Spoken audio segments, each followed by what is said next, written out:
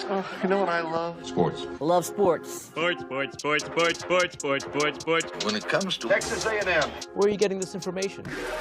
Let me tell you. Welcome to TexAgs.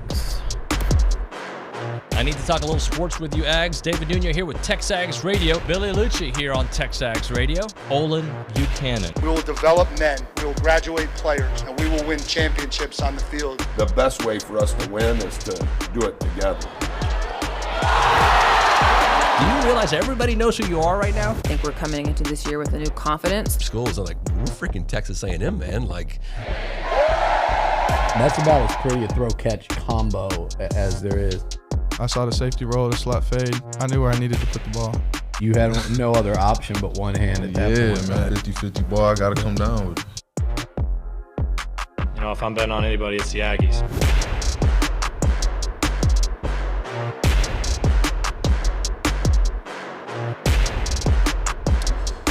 Well, ladies and gentlemen, we have ourselves what I would call a huge guest later on in the program. And if I can ask for help from the fake Donald Trump behind the back, tell the people who's going to be on the show. Possibly the greatest, maybe many people are saying the greatest wide receiver of all time. That would be Mike Evans. Maybe he'll be my vice president. I'll think about it. Maybe. Is he Maybe big? one of the worst impressions of anybody. That's not his best. He's done it before. That sounds pretty good. Can you say he's big? Big guest? Bigly. Huge. Mike Evans is going to be on the program today at 9:35. Looking forward to talking to Mike. He's got a big foundation event coming up, returning to Aggie Land on April 27th for the Mike Evans Family Foundation Tee-Off Bash. Join him at Big Shots Golf for a great night. There'll be golf games, food, drinks, and other family-friendly activities. Visit MikeEvansFamilyFoundation.org or text Tee-Off Bash to 76278 to purchase your tickets today. Hey, everybody. Welcome into TexAgs Radio, presented by David Gardner's Jewelers, Rollo Insurance Studio. It is the Go Hour, presented by The Warehouse at CC Creations. David Nuño, Olin Buchanan, our Heisman Trophy voter and columnist who joins us every day at 8 a.m. OB, you and I have not chatted. We sat next to each other during the press conference, but we haven't chatted. I'm gonna just say a few sentences about what I saw yesterday at the press conference and Trev Alberts' introductory press conference, and tell me if you agree with it. Came across extremely smart, sharp, with it seemed a clear-cut vision. I didn't get a car salesman vibe from him. He seemed like somebody that I might be intimidated to talk to because he's so much smarter than I am, but somebody who can relate to anybody. That's the vibe I got. Yeah, all those things I think are true. It's I don't think I'd be intimidated by him because I'm very much accustomed to talking to people that are smarter than you. But you and me both, brother. However, I came away from that thinking if I worked in the athletic department, I might be a little bit paranoid right now. That's exactly my thought, because it seems to me, and look, by the way, I don't know, everybody I've met across the street, very polite, seems to work hard, knows what they're doing. But when a new athletic director comes in, a new boss comes in, and he also has this business vision, right? He ran Nebraska after getting some mentoring, more like a business. Mm-hmm. And he said he's basically going to do that here too. And there are going to be some tough decisions made with that. But one of the things that I knew a little bit about it, but him seeking mentors and then actually having them apply what they were teaching him, like he was put in those drills. And to me, that was very important. It'll be interesting with the changing landscape, and we'll hear from them on the show. We'll hear some sound bites from yesterday. But the courage to make difficult decisions was something that I heard on multiple occasions. And I'll ask Billy later on the show. Billy will join us at 8:35. But what do you think that means? Well, it means you fire people. I think it's that and more. I think that's where it starts. I mean, I can't imagine anything being more difficult than sitting in front of somebody and saying, hey, I know you got kids and I know you got to send them to college and all those things, but I got to let you go. Yeah, I took it more to be like, I'm going to look at what's working here, and whatever's not working here, we're going to tinker with it. And whatever's not working, don't be surprised if whatever's not around. I came away from it he talked so much about the future of college athletics and the future expenses, and he actually put out. He said that look for athletes to be compensated up to $15 to $20 million. Right. And that's just a start. He said that's annual, and it would probably grow. So he's got to increase revenue or increase the bottom line. So how do you do that? He said two options. You either increase revenue or you cut expenses. Now, part of that could be saying, you know what? We're not going to be flying all over the place to a day early. Well, but what if other sports that they're not revenue producing, and you say, you're going to have to play golf closer to home, or could it be we're not going to play golf? Now, I think that goes with your conference. I think sometimes your conferences demand that you play a certain amount of sports, but you see where I'm getting at. Sure. I mean, and because you can cut deals to make money, we're going to see Bucky's Kyle Field, right? Yeah. Well, you know what I think is interesting too, though? He said yesterday about Nebraska that everybody took a meeting with him, right? And Lincoln and the surrounding areas. And I think he's going to get that same vibe here in College Station and beyond, especially Aggie businesses like the 12th man, the Association of Former, everybody who's involved with this great university. I believe he's going to be like, wow, I thought I had to get in Nebraska. This exceeds that. Yeah, I think so.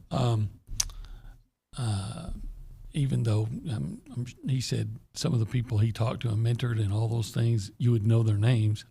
Warren Buffett. Look, I think A&M wanted a guy who's looking to the future and is ready to take on the future of college athletics and whatever that's going to look like. And he struck me as a guy that's definitely qualified to do that. Yep. And when you look at the social media reaction from experts, I'm not talking about fans, right? The Nebraska fans, I think that speaks volumes to how they felt about him. People are calling it a home run hire. People saying he hit it out the park, that A&M hit it out the park. I am struggling to find an area of weakness in the athletic department at the moment because I like all of our coaches. I like the direction that Trev at least laid out yesterday. I feel like we're in a pretty good place to start this new looking college football world, this new SEC, all these changes that are coming. I kind of like where we are today. I think A&M is preparing, and I do like the coaches. I feel pretty good about what's going on. I mean, you got both teams in the NCAA tournament. Baseball was the top 10 team. Softball's playing great. Volleyball got into the NCAA tournament in its first year under a new coach. We've got Elko here, and there's more optimism now that with Elko. So the tennis and golf are good. So equestrian, I think, is pretty good. So overall, the athletic department looks pretty strong. Now you can understand it. He can come in and try to make it stronger and whatever that entails. But I think for the most part, he's saying, hey, we're going to have to – this is going to be about money more than ever. Another thing that's stuck out to me, how competitive he seems to be. He said he was very competitive on several occasions. I think a lot of people think they're competitive, but we all know that guy who's ultra competitive, right? I don't know. I'm just saying. I'm not saying me. Some of them are closer to you than you would think. All right, beyond myself, we got some people. Billy's pretty competitive, right? Like competitive to be the best site, not just for Aggies, but the best college football site and college athletics website out there. And I think when the top guy sets a tone like that, yes, it gravitates. If you are going to be in the business of competition, it's best to be competitive. But not just semi-competitive. You know what I mean, right? There's a difference. I want to beat you and dominate. I don't want to just win. I want to dominate. I want to take your soul. So, yeah, I want that in all my coaches. I want that in my athletic director. I want that in everybody within the program and that will do whatever it takes to accomplish that goal. Yeah. By the way, when I said take your soul, I didn't mean it like David Goggins, one of the most competitive humans in the world, says when he's running and like somebody's running next to him and they think they're going great, he takes their soul by speeding up at a level that they can't catch up with, that they quit. That's what I'm talking about when taking souls, not actually killing people. That's not. Yeah, I didn't that's think not good. you meant. All right, but when you are so competitive that you break others' will because they cannot match you. Yeah, I understood. I think some of us have problems understanding that not everything is meant to be taken absolutely literally. Yeah, I just wanted to make sure. Yeah. I want to get canceled here. Let's hear a little bit from Trev Alberts yesterday. He had a couple of sound bites that I picked out to hear today about the decision to leave Nebraska, but the reasonings behind it I thought were very important. Here's Trev yesterday. Very challenging, emotional, and difficult. But, at 54 years old, you see opportunities, and Texas A&M is a pretty remarkable place with a remarkable trajectory, with remarkable leadership. And so as you think about the future and you think about some of these evolving changes, much of which is yet undefined, right? We don't know where this is going. But part of what is really intriguing to me is I think this is a place under General Welsh's leadership that's going to help to define what the future looks like. And that's really exciting to me. Help define what the future is going to look like. So they want to be proactive pioneers, if you will, and set the tone of college athletics. That's what I take away from that statement. Yeah, which is something that A&M has often done. But again, it's different. It's a new frontier. Yeah, and they want to be the first wagon train on that new frontier. By the way, do we call him President Welsh? General President Welsh? What is the proper way to say it? Welshie, baby. Yeah, I don't think. I mean, you know what? he struck me as a guy that would be okay with that. Yeah, although I wouldn't. I have too much respect for him. President General. He probably General President, President General. It's probably if you're referring to him as in his A&M. But he's always a general. Always. Yeah, but if you're referring to him in his A&M role or his position, President Welsh. President Welsh. I feel like I got it, but I think he's higher than a president. He's general president. The president general. Mm. Well, generally, the president's a pretty high position. Guy, yeah. I thought he stole the show yesterday. Trev was fantastic, but President Welsh had some one-liners. He was funny. He was articulate. I've heard him speak before, but it was cool to see him in that scene. Well, of course, you'd expect your president, right, or general, to be articulate. Okay, general president. But you don't. I do think he made a few jokes, and I think he came off as being more relatable than maybe some other people in that position. Very relatable. He also struck me as a sports fan. The way he spoke, the knowledge that he had, and he even said it. It matters. It absolutely matters. Well, it does matter. If nothing else, if you're winning, people are happier and they're making more money and they're donating and all those things. When they win, cha-ching, baby. Count the skins when they win. Do that again? You ever refer to money or dollars, skins? No. Skins? No, skins in my generation meant something different. Okay, well, skins is... There's a movie called Boys in the Hood. They talk about the skins. Skins is is an old expression, if you will, for money. Kind of like making it rain? That is an expression, but that's not an expression for the money. That's an expression for an activity to waste your money. Well, Raheel, my old co-host, used to say he'd make it hail because he didn't have cash. He had just dimes and nickels, to throw it on. He'd make it hail in there. All right, let's hear one more from President Welsh yesterday. I did want to get into this one about where college sports is going, kind of an extension of what he said there, but just a little bit later. Here it is. Most of the folks growing up in college athletics are part of a college athletics ecosystem that is used to a certain way of doing business. And it's no different at the University of Nebraska. It's probably no different here. The ability of institutions to adapt and adjust to that change and be nimble, the quicker you're able to get there, the more reasonably the opportunity to be successful competitively in others. So change is going to happen. It's going to be hard. It won't be fun. It'll be uncomfortable. But that's the reality we live in. All right. Good stuff yesterday. I enjoyed it.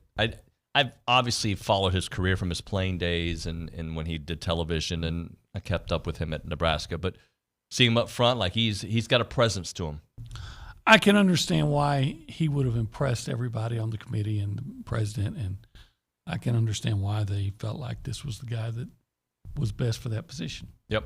Hey, let's go around the room and say hello. Can we do that? If you want to be a part of the conversation this morning, what do you think about the press conference? Texas, call us, 979-693-1150. We go behind the glass. We check in once again with the real Nick Savage. Nick, good morning, buddy. Howdy, good morning, y'all. What's up? Well, my biggest takeaway from yesterday is, we've heard Billy talk so much about how important it is to have, alignment between the president, the AD, and in this case, I'm talking about football, the head football coach.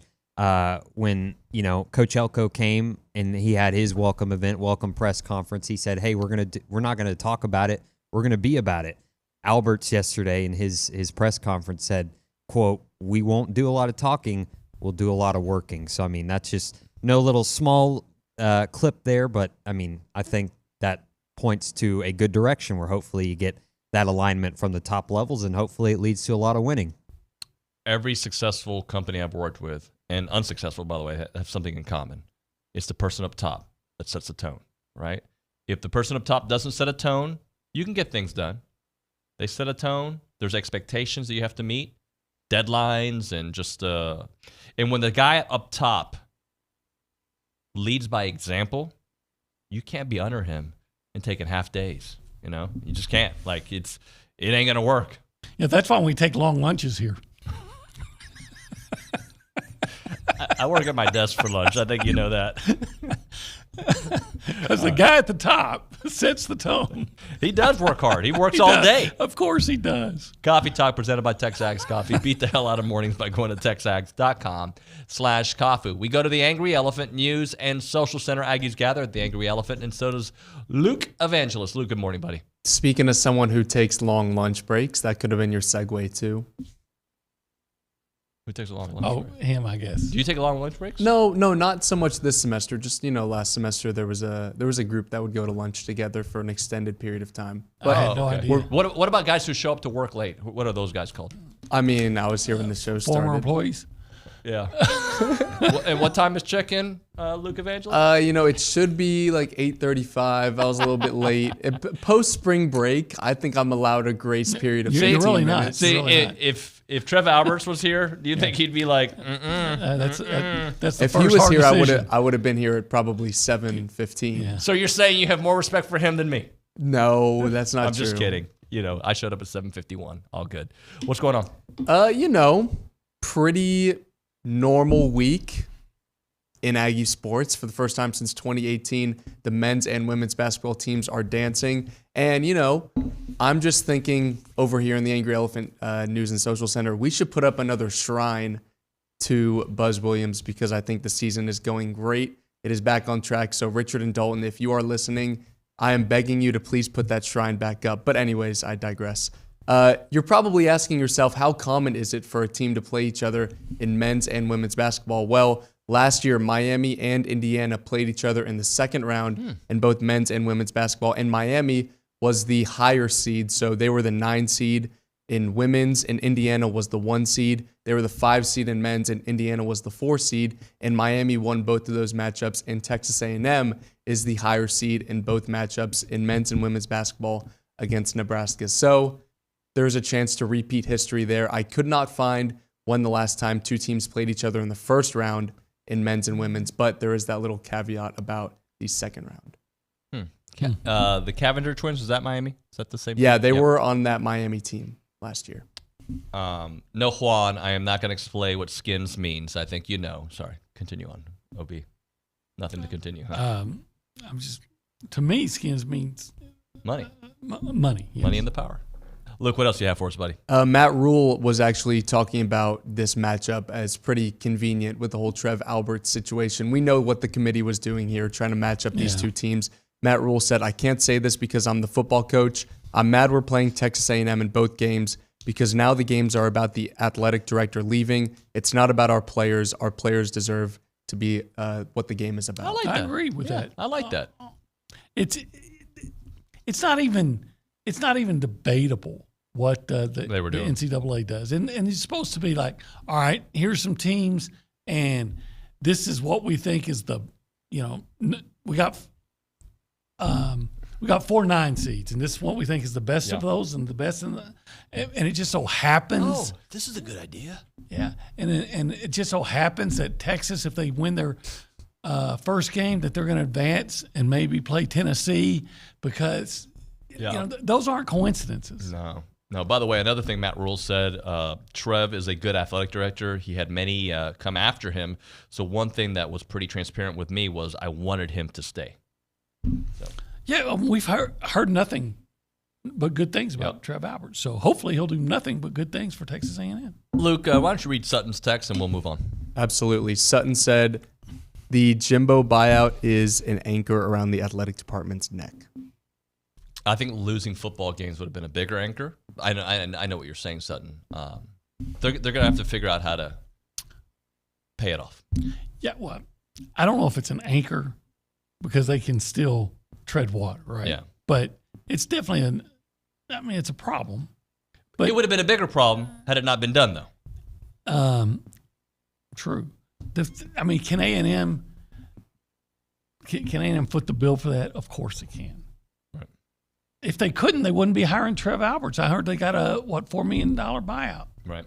If that's true. So, but yeah, you'd rather take all that money and put it into these upcoming players' quote salaries, for lack of a better word, that Trev said was coming. Yep. And he's right, by the way.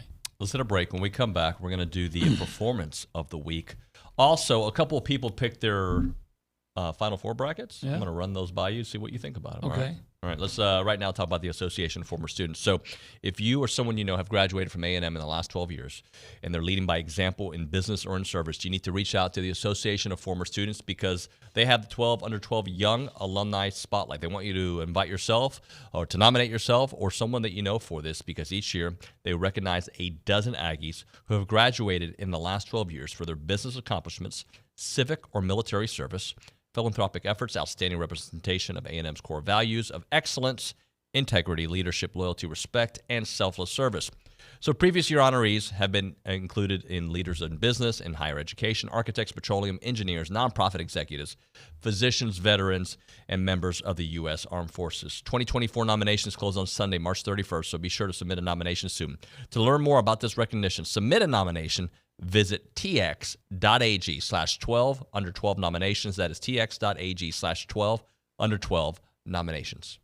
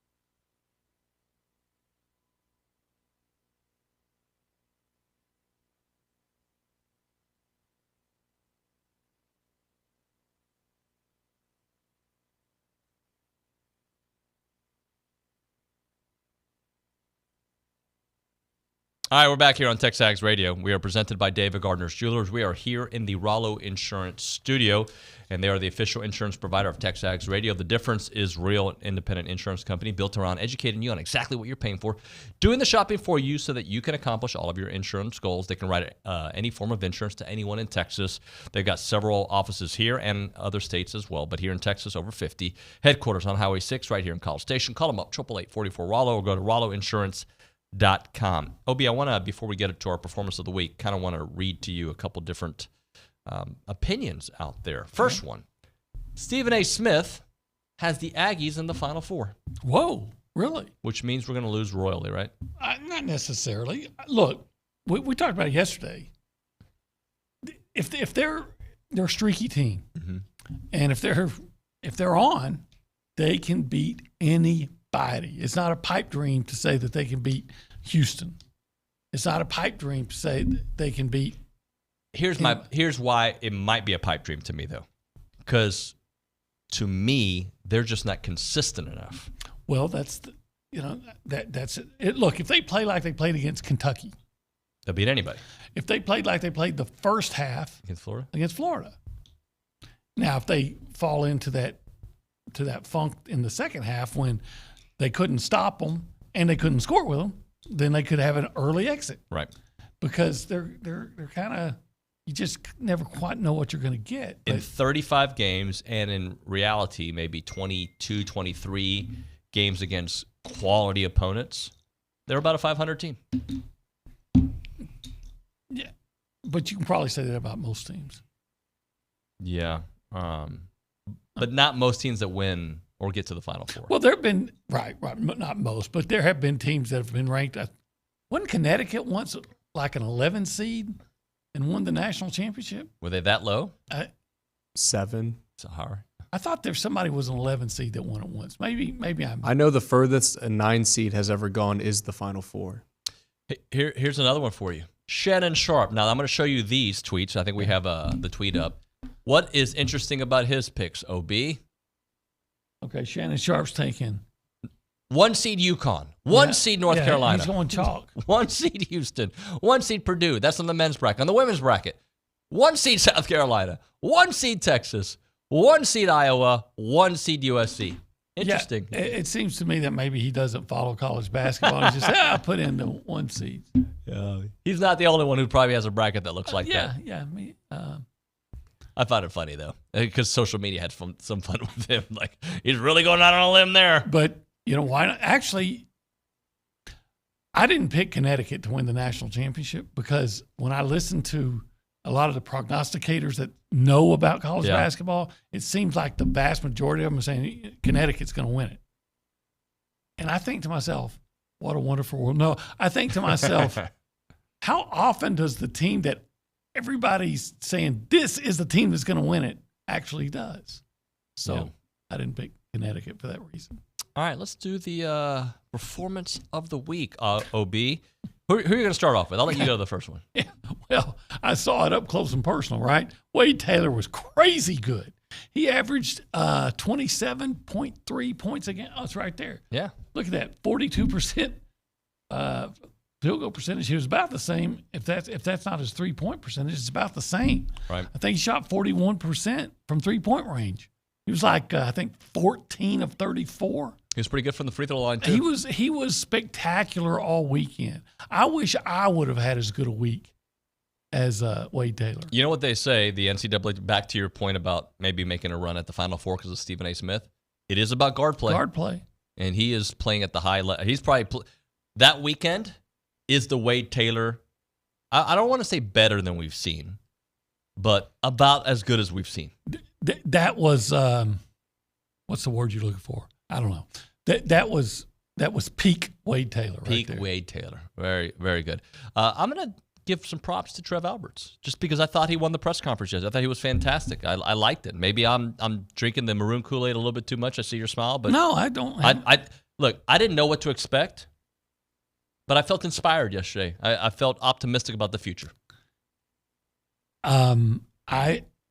Everything about that I saw from Trev Alberts or heard from Trev Alberts yesterday, I liked. Yep. With the exception of, hey, there's going to be maybe have to make some hard decisions. Tough decisions, yeah.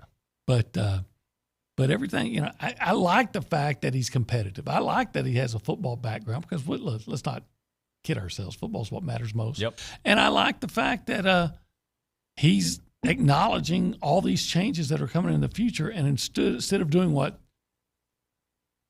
athletic departments and the NCAA and just hope they go away, he's attacking it like a linebacker fills the hole. Yeah, you're exactly right.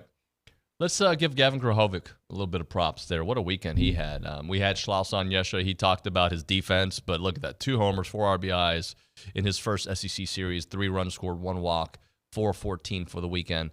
That kid is, Bronny sometimes tells us things about baseball, and often he is right. He was right about this young man. Oh, yeah, he's been really good, hasn't he? He's been great. What a top of the order. Yeah. Well, another one. A&M track and field team wrapped up competition at the Carolina spring break, picking up 13 event wins, 6 all-time marks, 5 meet records, and 11 personal best performances on Saturday. So congratulations to them. I saw Coach Henry yesterday, along with a lot of other coaches out there. It was good to see him. So props to the A&M track and field team. Luke, who do you got for us? It's becoming a weekly tradition, but we got to go with Emily Kennedy. She made 2 appearances against number 21 Mississippi State. 6 innings pitched, 8 strikeouts, 3 hits, 0 earned runs, and 0 runs. Her appearances in SEC play have helped A&M softball start 5-0 in SEC play for the first time in program history. Her stats in those games are absolutely off the charts. You can see it there. 26 strikeouts. She's played a huge role in A&M taking the series against number 21 Mississippi State 2-1 to improve to 25-3 on the season. That's after they swept number 22 South Carolina, and they'll play number 20 Texas State on Wednesday. That's 7 of 8 games against ranked opponents, and they're currently 5-1 on that stretch. Impressive. Pretty good. Very impressive. Pretty good. We'll have Trisha Ford on the program tomorrow. Looking forward to talking to her before we head out. Before we start heading northeast. Bro, we're going to party so hard. Like it's 1999. Dude, it's like literally, you dress up as Prince, I dress up as myself, we're going to have fun. I got my purple suit waiting. I know you do. That thong you have, I know, I've seen it. All right. Sorry, you made the face. I don't know what to say to that. I've never seen it.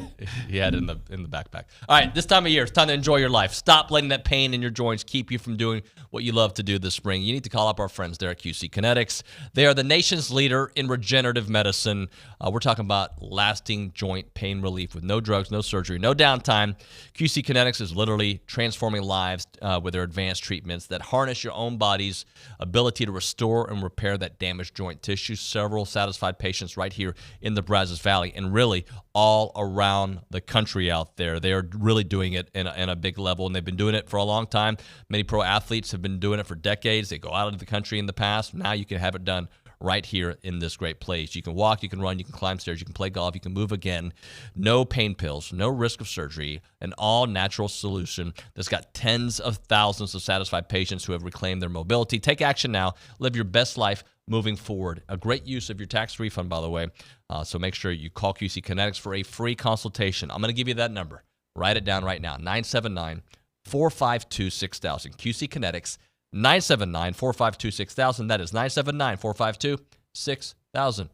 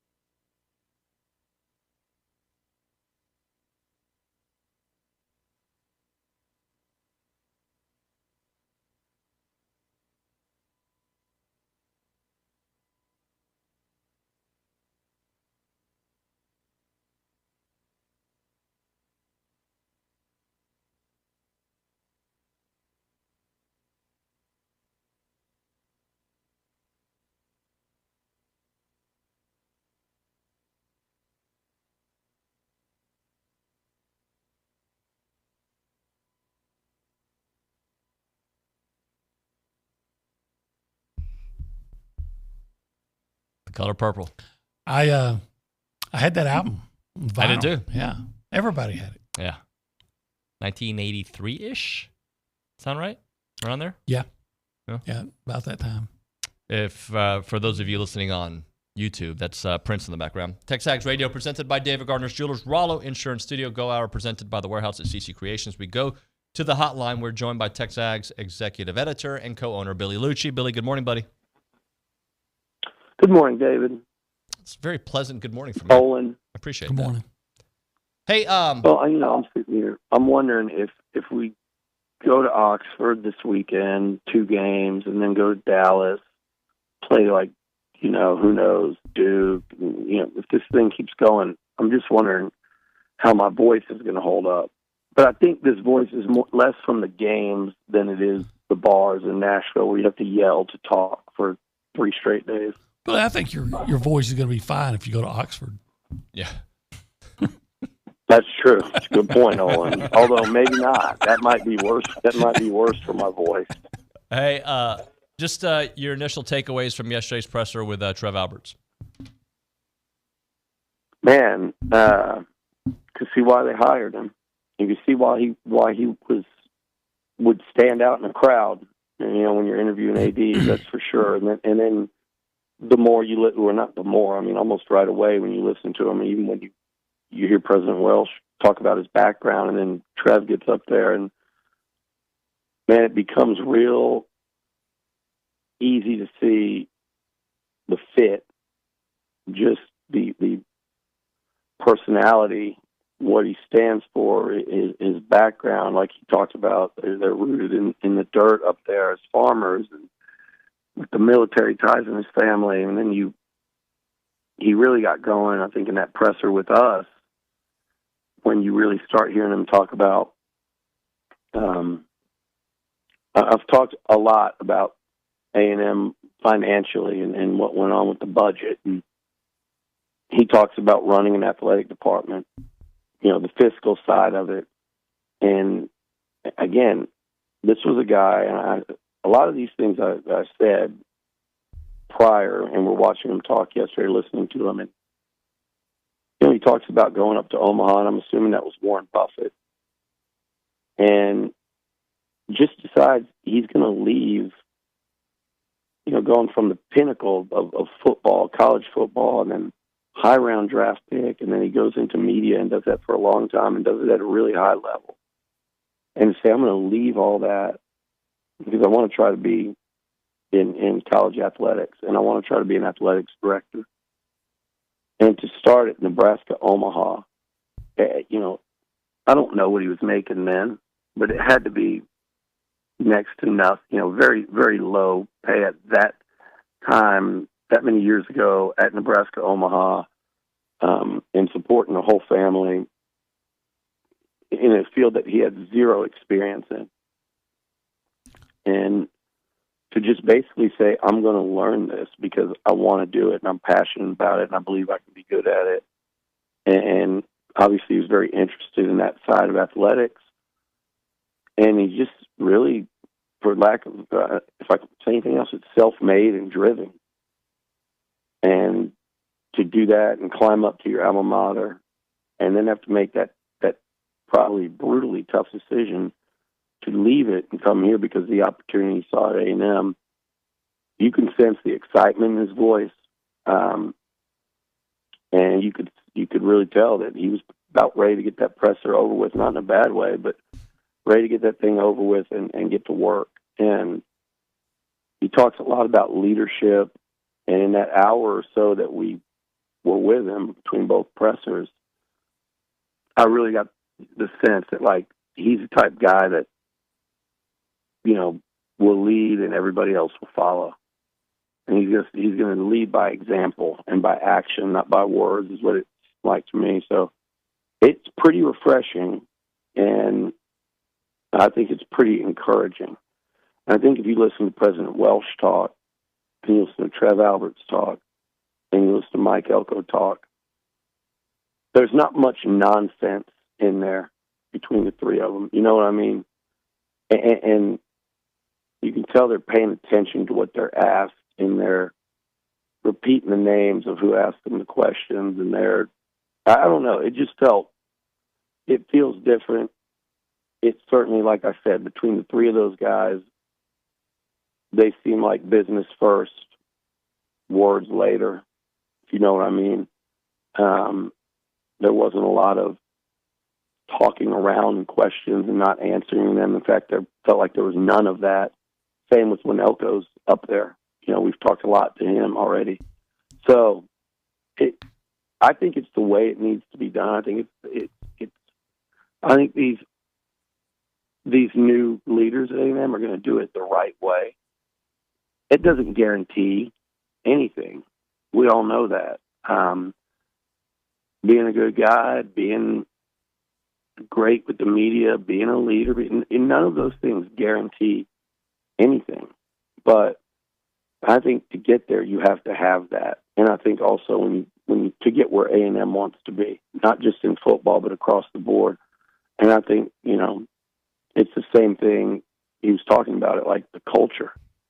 And I think you can say, like the culture has to come first. And I think those three individuals can change that very quickly. You saw Slosh do that in baseball. You saw Chadwell do that in women's golf. You can see it happen very quickly in certain sports if you watch it. And like Slosh did it pretty much overnight. That he changed the culture, and the result happened maybe quicker than you'll get, most times. But right away, Ronnie was talking about it. I was talking about it. Like when he first got the job, when the players first responded to him, you could tell he was changing culture and doing it very quickly. I saw that with Elko, and I think you're going to see the same thing in that whole entire department with Trev Alberts. Hey, Billy, how would you interpret I'm talking about Trev Alberts' comments about difficult decisions are going to have to be made, all those kind of things? Oh, I think he's talking about when there's that iceberg out in front of college sports right now, which is NIL, paying athletes, and a lot of people believe that it's ultimately going to shift, and the onus of that's going to shift to the athletics department. And he mentioned it. I think he said $15 to $20 million a year potentially being budgeted out for NIL from those departments. There's a world we live in where if that happens, and he talked about increasing revenues, and he's going to have probably a lot of ways that they're going to try to do that. But I don't know if they can increase revenues $15 to $20 million a year. And on top of that, you're still trying to make more money and give yourself a buffer than that. So you're trying to increase it more than that a year to cover that massive expense that's coming down the pike, but also what's going to happen at a lot of places is there's going to be sports that get cut. That's not optimal. That's not what A&M or him or Chris Del Conte or Scott Woodward or Greg Byrne or Joe Castiglia. Nobody wants to do that. But it's a potential reality that everybody's staring at. And I think that's probably what he was talking about, is how do you fix that budget if all of a sudden you're shelling out $20 million a year in NIL, whereas right now that line item is zero. There's not a penny being spent from the department on that. And so I think that's probably what he's talking about, just the changing landscape of college football that everyone knows is coming, and it might be coming really quickly. Billy, I know you can't answer this question, but just to talk out loud, I had somebody ask me a couple days ago, well, what is Trev going to do with none of these being his coaches? And, he didn't hire Elko. And I'm like, I think this is perfect timing for he and Elko to get started. And you heard the way he talked about Mike yesterday. I mean, a glowing review. Yeah, listen to that press conference. Listen to a Mike Elko press conference. Look at Trev Alberts' background. Like I said, nothing's guaranteed, but those two seem like a really good match. As far as an AD and as a head coach go, those two seem like a terrific matchup and pairing. So I think they'd be great. I think they'd be a better fit than what we were just dealing with him and Ross. Not that they didn't have time for it to be bad at all, but I'm just looking at personalities and personality fit. And I think this one on the surface looks way better. I also felt, and I know you've kind of alluded to it. He's a football guy, Dave. Yeah. You know, David, like, I'm sorry to interrupt, but think about being Mike Elko. Think about Trev Alberts' background. He gets it. Like, he's been there. He's been that player. He's played for that coach. He's played at that program when Nebraska was an absolute national power, which is where A&M's trying to get. So you've got an AD that gets it, that understands it from that level. So that's got to be actually really exciting for Elko. The thing I was going to say, Billy, is, and you kind of alluded to it, but there's substance. At least it feels like substance. It doesn't feel like a gimmick or like, words just to say words. I feel like there was a plan behind his words. Oh, no question. No question. I think everything he said was, well, I mean, could you imagine the thought that he put into this, coming to this job and leaving a place that he obviously loved? I think he went through I think this was a guy that did his homework. He watched videos of President Welsh. He watched, he watched press conferences, he said, of all the A&M coaches, as many as he could. So I don't think anything he does or says he hasn't put thought into and is, taking it very seriously. Billy, I appreciate it, buddy. Thanks very much. All right, pro day today. I spent some time with some scouts last night, and there might even be a couple of GMs here today to watch Edgerrin Cooper, they said, and a lot, actually a pretty nice turnout of scouts, and a lot of them here to see Edge. And, the consensus I gathered is that kind of what they've been saying, probably second round for Cooper, probably third round for McKinley. They all love Anias. They're all really interested to see if Anias is going to run today. He says he is, or they've gotten word that he is. We'll see when he gets out there. But they all love him. So, I mean, I don't know what round they were kind of unsure, but they're all going to, recommend their teams at some point along the way. Like, that's the guy we want on our roster. And then most feel like Layden will get drafted as well. And then there's, Damani is a likely free agent, maybe late round pick. And Max Wright is one that more than one scout told me we're kind of interested to watch him. Like, big body, was a much better blocker this year. And as one guy told me, sneaky athletic on tape. Like, you watch him and he says sneaky athletic, good hands, and they're really interested to see how he runs today. Some people are saying he might be a little faster than expected. So no one's really talked about Max, including us. It'll be interesting to see how he performs today, because there are guys that are keeping an eye on him, And I think what we're talking about is keeping an eye on him as a potential draft pick or certainly a free agent signing. He's going to do that regardless. But they're looking at him as a potential draft pick if he has a day today. Thank you, Billy. Great stuff. We'll see you at Pro Day. All right. See you. All right, we'll come back with a very short segment, maybe even 5 seconds next on TexAgs.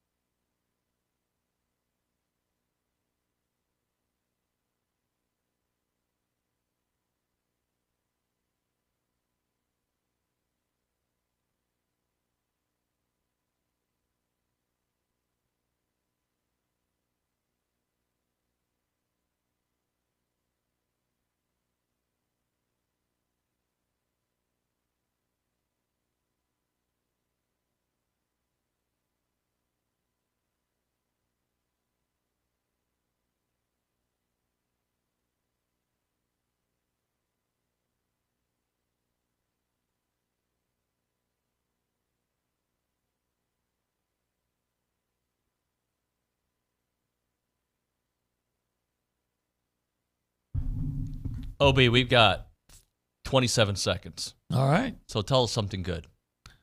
Tell me something. Chaka Khan. Rufus. So we're going to go to Pro Day. Yeah, we're going to go to Pro Day. We're going to see Anaya Smith do well. Hopefully. Edgerrin.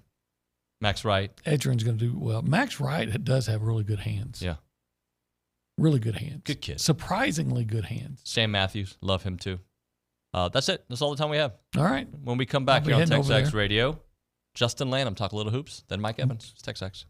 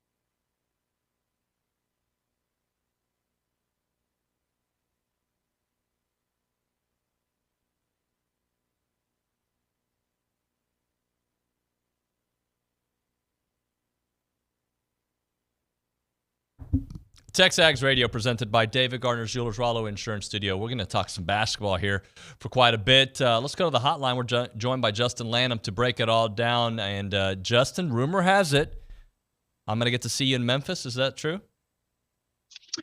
That is true, David. I'm flying out Wednesday, and I'll see you there. Yeah, we're our good friends from Alpha Paving. Brandon Leone's running the Dallas operation over there, and Justin works with Brandon. He's going to be moving out there to the Metroplex pretty soon, but they're going to be our sponsors for this road trip, Alpha Paving Industries. So big thanks to Brandon and the entire crew there in Dallas. You pumped about it? Oh man, I'm super pumped. I was talking to Brandon last night, and he was laughing at me because it's just like a kid in a candy store. You just so excited about NCAA basketball and the tournament. It's just the best time of the year. So I'm super pumped. So we're gonna do a lot of radio together, so I'm looking forward to it. And each day will kind of evolve into different parts of this tournament. But let's kind of start of how they got in. They did get in. How did they overcome that 5-game skid, and how did they kind of change the narrative? And I'm going to add to that: did the Ole Miss, was that enough? The Ole Miss victory, was that enough to get in? The second Ole Miss victory, or do they need the Kentucky one? Yeah, so I'll start off with I think my thing with them was it was so cool to see them change what they were doing. Insert Manny into the lineup. And that's hard because some coaches, they just get so stuck on what they're doing. And as a former coach myself, I used to get stuck on, hey, this is how we do it. This is what's going to, bring us the most success. And then you just kind of stick with it, even sometimes when it's not going the right way. And so the ability for Buzz and the staff to change what they were doing and realize like, hey, this isn't going the way we thought it was. And have that ability to change that late in the season, you got to give props to them because sometimes that's not easy. And so that, to me, that's number one, how they got there is by changing that. And then number two, I don't think sometimes people realize how hard it is to keep guys locked in, focused. The togetherness is a hard piece of it, especially whenever you're on a losing streak, because people start to point fingers and blame other people.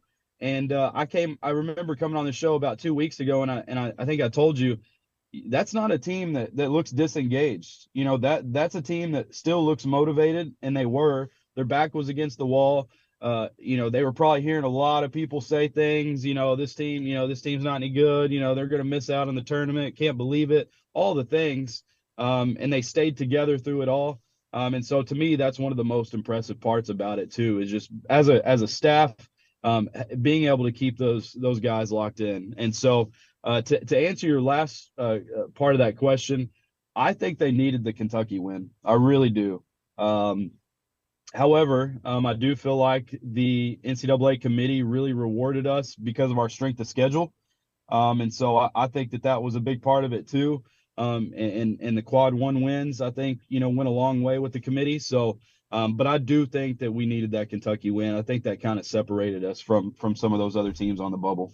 Talking to Justin Lanham here on TexAgs Radio. So 2 years ago, we complained about the committee because they didn't let A&M into the tournament. They were wrong. Last year, we didn't like the seeding. They got the 7 seed. That was not good. We didn't like that, right? And unfortunately, they had a matchup that didn't work out. I feel like this year, there's really nothing to complain about because I think a 9 seed is pretty fair. A 9 and an 8 seed, basically the same thing, and regardless, I feel like from where they were a few weeks back, very fair for the way they finished the season. Hey, where we were 3 weeks ago, I'll gladly take a 9 seed, 100%. And so for them to reward us, and look, I'm not saying the Nebraska game, I'm not going to say it's a favorable game or anything like that, or that, I think that we're just that much better than Nebraska, but to be able to have, feel like a first round game with Nebraska, and I know we'll get into more of that later, but I feel like, that to have that as the first round game, it excites me. And I guess, like you said, there's nothing to complain about. So from where we were 3 weeks ago to where we are now, I'll gladly take it. Talking to Justin Lanham here on TexAgs Radio, presented by David Gardner's Jewelers, Rollo Insurance Studio. Justin, we're talking about a little bit of the way they attack their business, and it's similar, but it's different because of the Manny wrinkle, right? And it goes back to what you said, like, Buzz didn't just go with what has worked in the past that isn't working. He's evolved, and he's done that several years in a row. Do you believe, because I believe, this is the best brand of basketball we've seen from Texas A&M this year? And, they've had some big one-hitters, but I feel like top to bottom, even in their losses, and they've had a couple, the South Carolina game, the most recent loss, obviously, to Florida. I feel like this is the best brand of basketball we've seen from them this year. 100%. When you see the amount of points that they put up against Kentucky, and kind of what they're doing offensively, And then also what they're doing defensively. I think right now they're playing so well. And I think teams or just people across the country are kind of recognizing that right now. I mean, I'll be honest, like if I'm another coach or team, I'm not wanting to see A&M, on the schedule right now, in the bracket, just because A&M is the type of team I feel like they catch fire and you don't know who you're playing. It's a totally different team, and I feel like that's what we've got these last 5, 6 games, 7 games, however many it's been. I feel like it's just a totally different team. They're playing with a little bit more confidence, and so that's really exciting to see. I will say, the change of the lineup was tough for us in SEC play because in the tournament, because of how many minutes guys were having to play during that stretch. But outside of that, man, I'm super excited about where this team is right now. Talking to Justin Lanham here, breaking down the NCAA tournament from an A&M perspective. Defensively, we've talked about the offensive wrinkles. What did you see in the SEC tournament that was different defensively? Well, I thought they sped teams up a little bit, turned them over. I think the three, if I'm right, I think the 3 SEC games in the tournament, I think teams we turned teams over at like 11 to 12 turnovers a game, I think, on average. And so that's huge. And that kind of goes back to, I think we mentioned this a few weeks back, like A&M this year has been okay defensively, better than okay, but then there's times where it's like, man, that's still not the A&M defense that we're used to seeing. Like it just felt like there was something missing. And I really feel like these last 3 games, I really feel like they kind of got back to who they were, turning teams over, speeding them up a little bit, maybe creating some live ball turnovers where they're able to go score on the other end, kind of turning our defense into offense. And so, I think, and look, I would think you'd be crazy to not say that part of that is because you put Manny Obaseki into the lineup. And so he's a good defender, and he's able to turn some guys over with his length and stuff like that. So it was really exciting to see us turn Kentucky over. I think we turned them over like 12 times, or maybe it's 14. I can't remember exactly, but to turn them over as much as we did, that was exciting to see. Yeah, Justin, what about the 18-point lead against Florida? All right, so they're up 18. It's early in the game, and all games, especially basketball, it's very hard to continue being that dominant and being up on a good team, especially in a semifinal of an SEC game. But did that raise any eyebrows? Did that alarm you? Obviously you don't ever want to see that. But I will say, the thing for me is, and I think I briefly touched on it, but I guess I'll go into a little bit more detail. I think because we have 5 guys that play 30 plus minutes right now, and in the SEC tournament, these 5 guys, Manny, Solomon, Anderson, Wade, and Boots, are playing so many minutes. You're playing Florida after you just played Kentucky, who we know likes to get up and down the floor. And then you go into this Florida game, you're still kind of riding that momentum off of the Kentucky game. And then I think it just happened. You saw it. We just kind of fell apart. And, yeah, you don't want to see that. You wish maybe there were some adjustments here and there, whatever. But I think the good thing is, moving forward, we're not going to have to play 3 games in 3 days. And so, to me, I don't think we're going to see that level of collapse again, just because guys are going to be a little bit more fresh. We're getting Sunday, Monday, Tuesday, Wednesday, Thursday. I know there's a travel day in there, but you're getting a ton of rest before we play Friday night. So I just don't think that we're going to see that again. Do you love it? No, but I'm not overly concerned about it. 3 games, 3 days. You just came off a huge win against Kentucky. You start out really hot in the first half, and then you just had a collapse. Again, hate to see it, but I'm not overly concerned about it. We're talking to Justin Lanham here on TexAgs Radio. What kind of advantage do you think they have getting a little bit more rest? So they won the necessary games, right? They won the games that they had to win to get into the tournament. They get their seeding, and now they get a little bit of a break, right? The last time they played was Saturday. They don't play again until Friday. How does that help a team that just played in a tournament setting?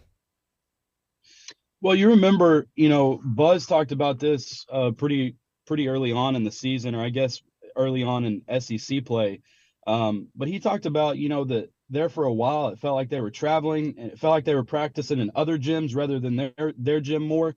And so I think this is just a great time for them to get in their gym, have one scout. You're not having to worry about, South Carolina on Saturday and somebody else on a Tuesday. You're just worried about one game right now. I know other assistants are probably going ahead and breaking down the U of H film as well. But right now, they are just worried about one game. And so I think right now those practices they're gonna be a little bit more in tune with practice as far as they're gonna be back at home practicing. And so I think that goes a long way. And especially with Buzz, he's always talking about prep days, and that he's going to have those guys ready, and every single day is going to have a purpose. I think that goes a long way with a Buzz Williams coach team. So I'm excited to see what they put out on Friday and the game plan, because the thing is too, Nebraska has that same advantage. They have the ability to prep and be ready for the game Friday night. But I am excited to see what kind of strategies and what we come up with for this game on Friday. Is there a player that we're not talking enough about, Justin?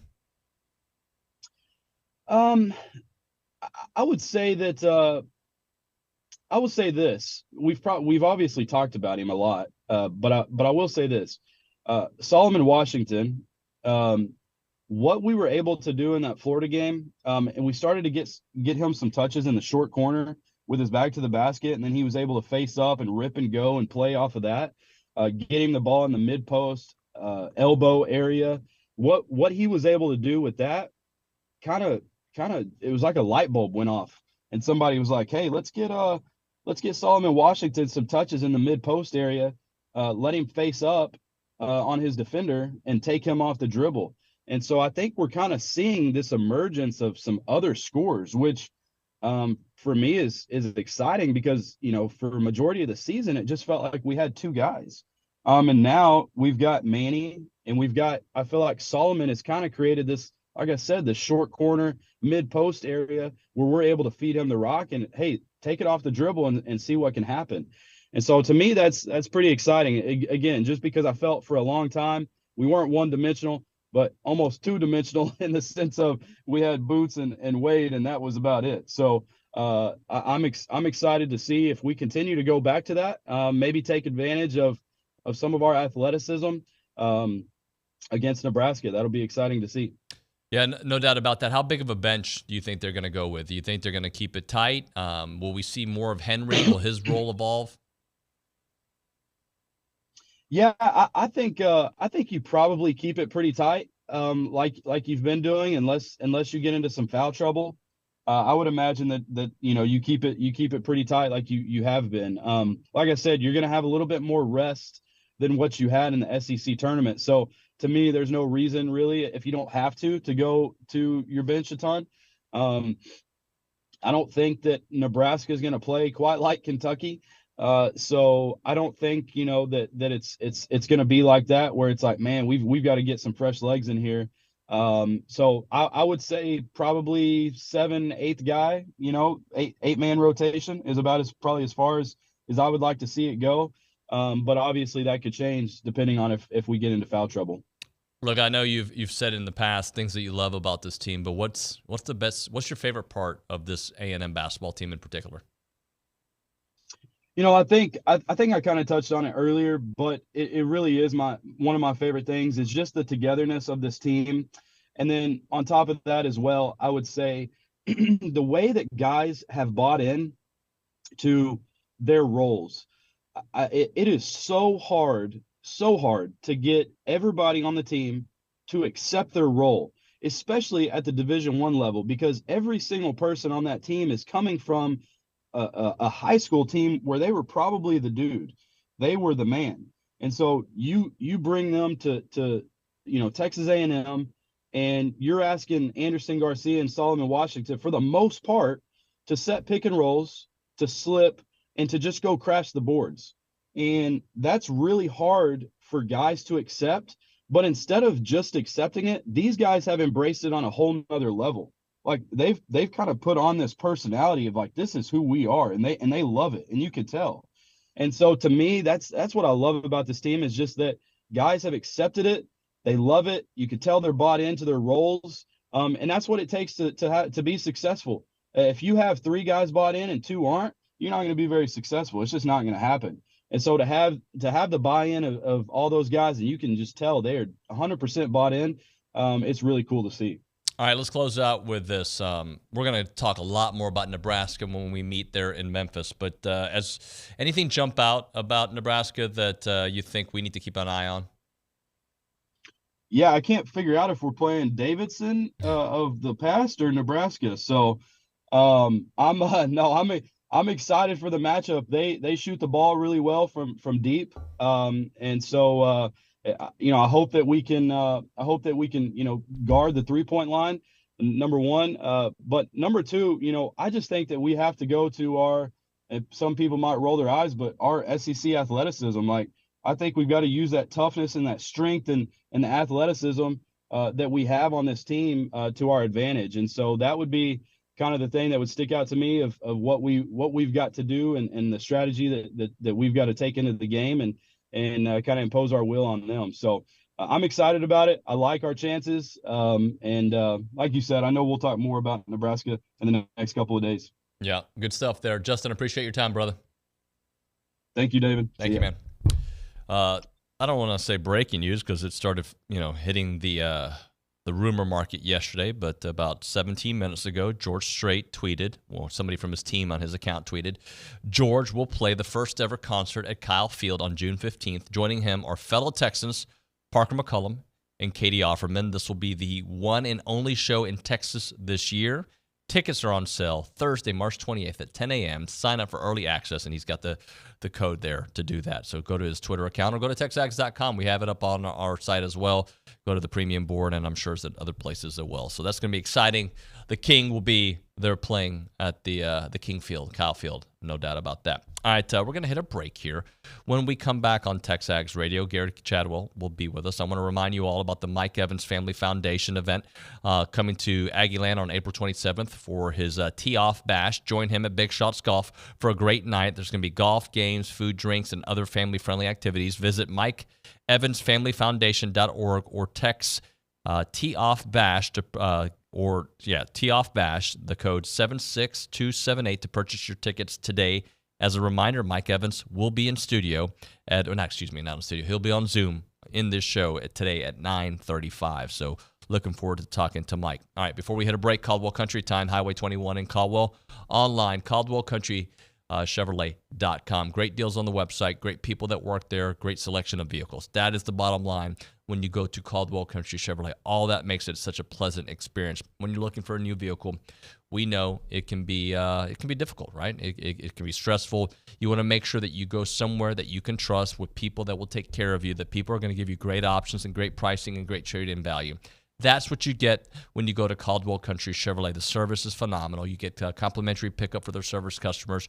You get great pricing, and the overall experience is going to make you want to buy a vehicle from there when you go to Caldwell Country Chevrolet. Remember, it's not a far drive. We're talking 15 minutes, the edge of Bryan, to the very beginnings of Caldwell. A short conversation away, but you'll see the difference when you step on the lot and you do business with the great people there at Caldwell Country Chevrolet. It is on Highway 21 in Caldwell and online at CaldwellCountryChevrolet.com. Go check them out.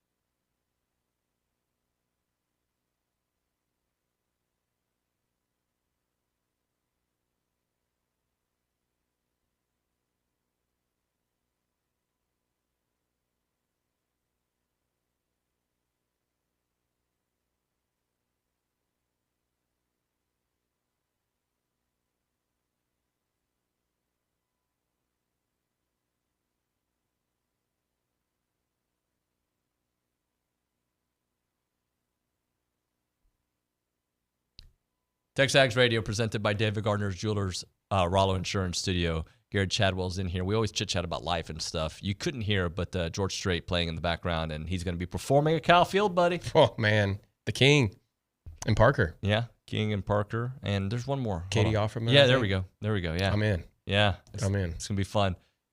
I want to start off with non-golf, and then we'll get to golf, all right? Uh-oh. Well, no, something that I think you'll be excited to talk about. Got a new athletic director, man, Trev Alberts. Absolutely.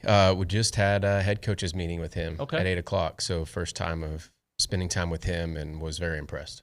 Brandon and I were visiting in the lobby just about a lot of things with him. And I think we're in store for a lot of great things at a very difficult time coming down with some things happening in college athletics. So absolutely, yeah.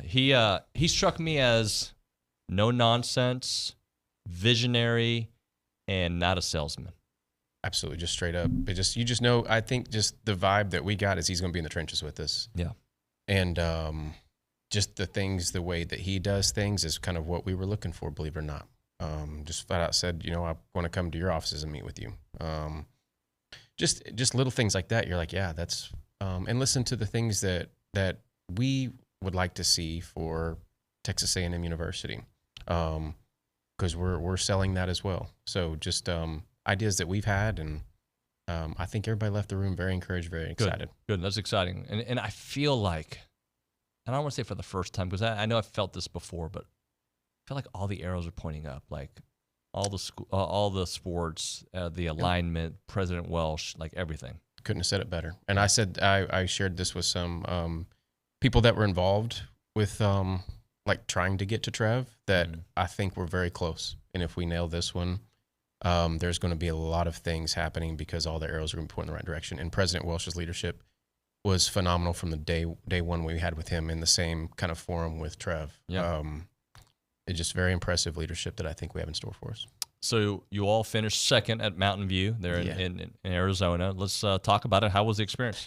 It was good. That's one of my favorite trips out of the year, spring break, to spend with the team. That's the way I look at it, is just we talk a lot about life around here. My life is crazy, just away with my wife's profession, and we have a 5-year-old. But just to I really value that time with the girls, that it's just us. Right. And so that's normally an extended trip. So you just get more time to just spend with them. We went out early. We did some testing and fitting at Ping. It's a manufacturer. And then we this tournament in particular, we stay in host housing, and it's some of the people that we've stayed with many years. So it's just like home away from home cooked meals every night, and just laughing. And our play was good. We got off to a great start. The final round, probably one of the best starts I've been a part of in a team in that position, and just really didn't play well in the back nine and got caught. And some of that was just as much in our control as out of our control. But I still think we took another step forward from the way the spring has been going. How about the way Adele's been playing recently? Brandon sent me 4 top 10 finishes this year, just playing at a different level. It's just another week for Adele, right? And it's pretty impressive that the things that I think you're starting to see with her is it wasn't her A game, and she's in that position. So I don't want to just come to expect it with her, but it's becoming expected that you just appreciate the fact that she gives us a chance every week. Yeah. And what about Kata? Kata is starting to I mentioned that there was a great conversation had about a month ago, and I think that freed her up. And it's better. Still wasn't her best, but you're starting to see when your bad round is a 70 and not a 76 or a 74, man, that really helps move the team forward in a great direction too. How old is she? She's still a freshman. Yeah. She's still a freshman. But her spirit, her presence is bigger than a freshman. And I think that's what she was struggling with. And so just, encouraging that, helping her with that, I think has hopefully freed her up. And I had a great conversation with her about some things yesterday. It's quick to see. And I saw it with Adela, just how fast they go from a freshman to sophomore, junior. So very excited for her. Obviously, you want to win every tournament you're in, obviously. Yep. But maybe for a team as talented as yours and as decorated, is finishing second not a good thing, but not a bad thing either? I'm trying to get to that point because I have to be encouraging. Yeah. And I want to talk to the team about that today. I hate losing. I hate losing. I hate if my wife and I are driving home from dinner in 2 separate cars. I hate getting there second. Yeah, me too. I hate losing in cards. I hate losing in checkers. And I think the hard thing is when you get that close. Like if you finish 4th or 5th, it's not as if you weren't in the tournament, but you didn't have a chance to win. And so maybe that's easier to accept and just like, okay, this is why we were in that position. But when you're that close and it's one you feel like you should have won with the team that we have, that's what I'm trying to do a better job of. Mm-hmm. But I'm quiet. I keep to myself. I internalize that. But man, I hate losing. Yeah. I truly hate losing. And I don't want that to be a detriment of my relationship to them. But it's something I'm trying to get better at, as still encouraging and praising, because it was a good week. And when we beat a lot of other teams. But I don't know. It's if I ever go away from that, I probably should get away from coaching. So, in your experience, can being on the cusp of winning like this, mm-hmm. can it be a good thing later, though, as you're getting to tournaments? Or is it like, this is who you are, and it's going to be hard to break through this? For sure. And I think that's what, in the conversations I had with just that we were off yesterday and had a lot of the young ladies showed up at the facility. That's a great sign.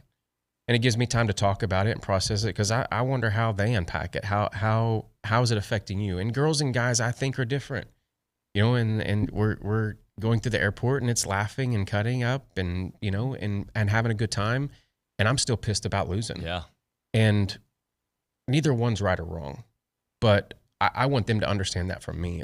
I'm not disappointed in them, but it's just how I process it. And as the leader, I want them to understand that. It's not just like, geez, pissed off that because we lost. No, geez, I just hate losing. Yeah. And I get to that point later where it's like, okay, I can talk about it, but for a while, I don't want to talk about anything. And I don't know, maybe that's why it got me to this point. But yeah. I just don't want to ever have to apologize for that.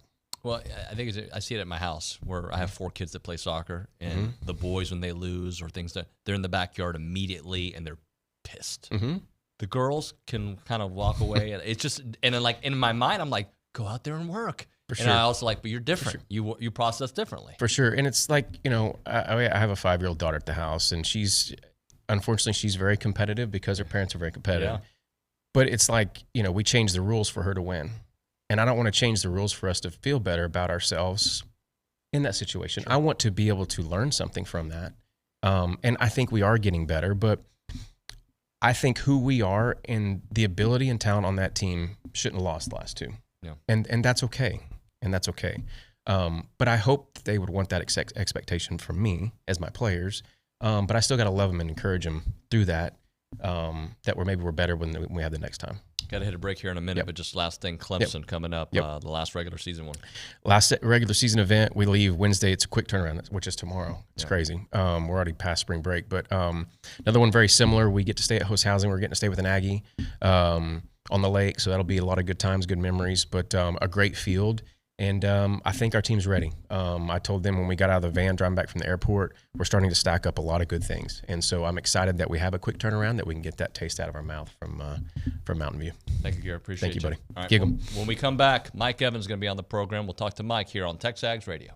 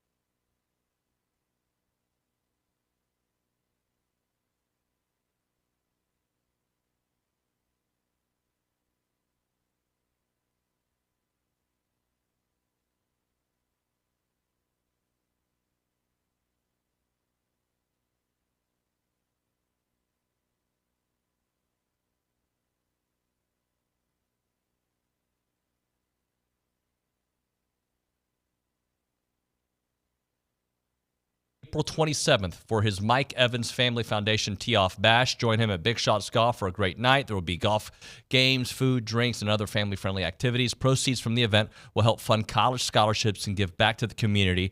You can purchase individual tickets or get a group together to fill a tee box, which fits 6 out there.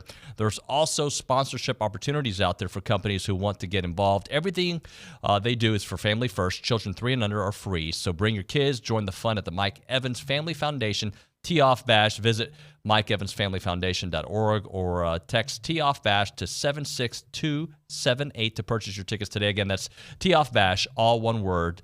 Text that number to 76278 for tickets out there. And with that, we go to the hotline. We're joined by the GOAT, the legend, Mike Evans, here on TexAgs Radio. What's up, Mike? What's going on, man? Thanks for having me. Hey, thank you for coming on the program. Let's talk a little bit about the event, how it kind of came together, and your vision for it.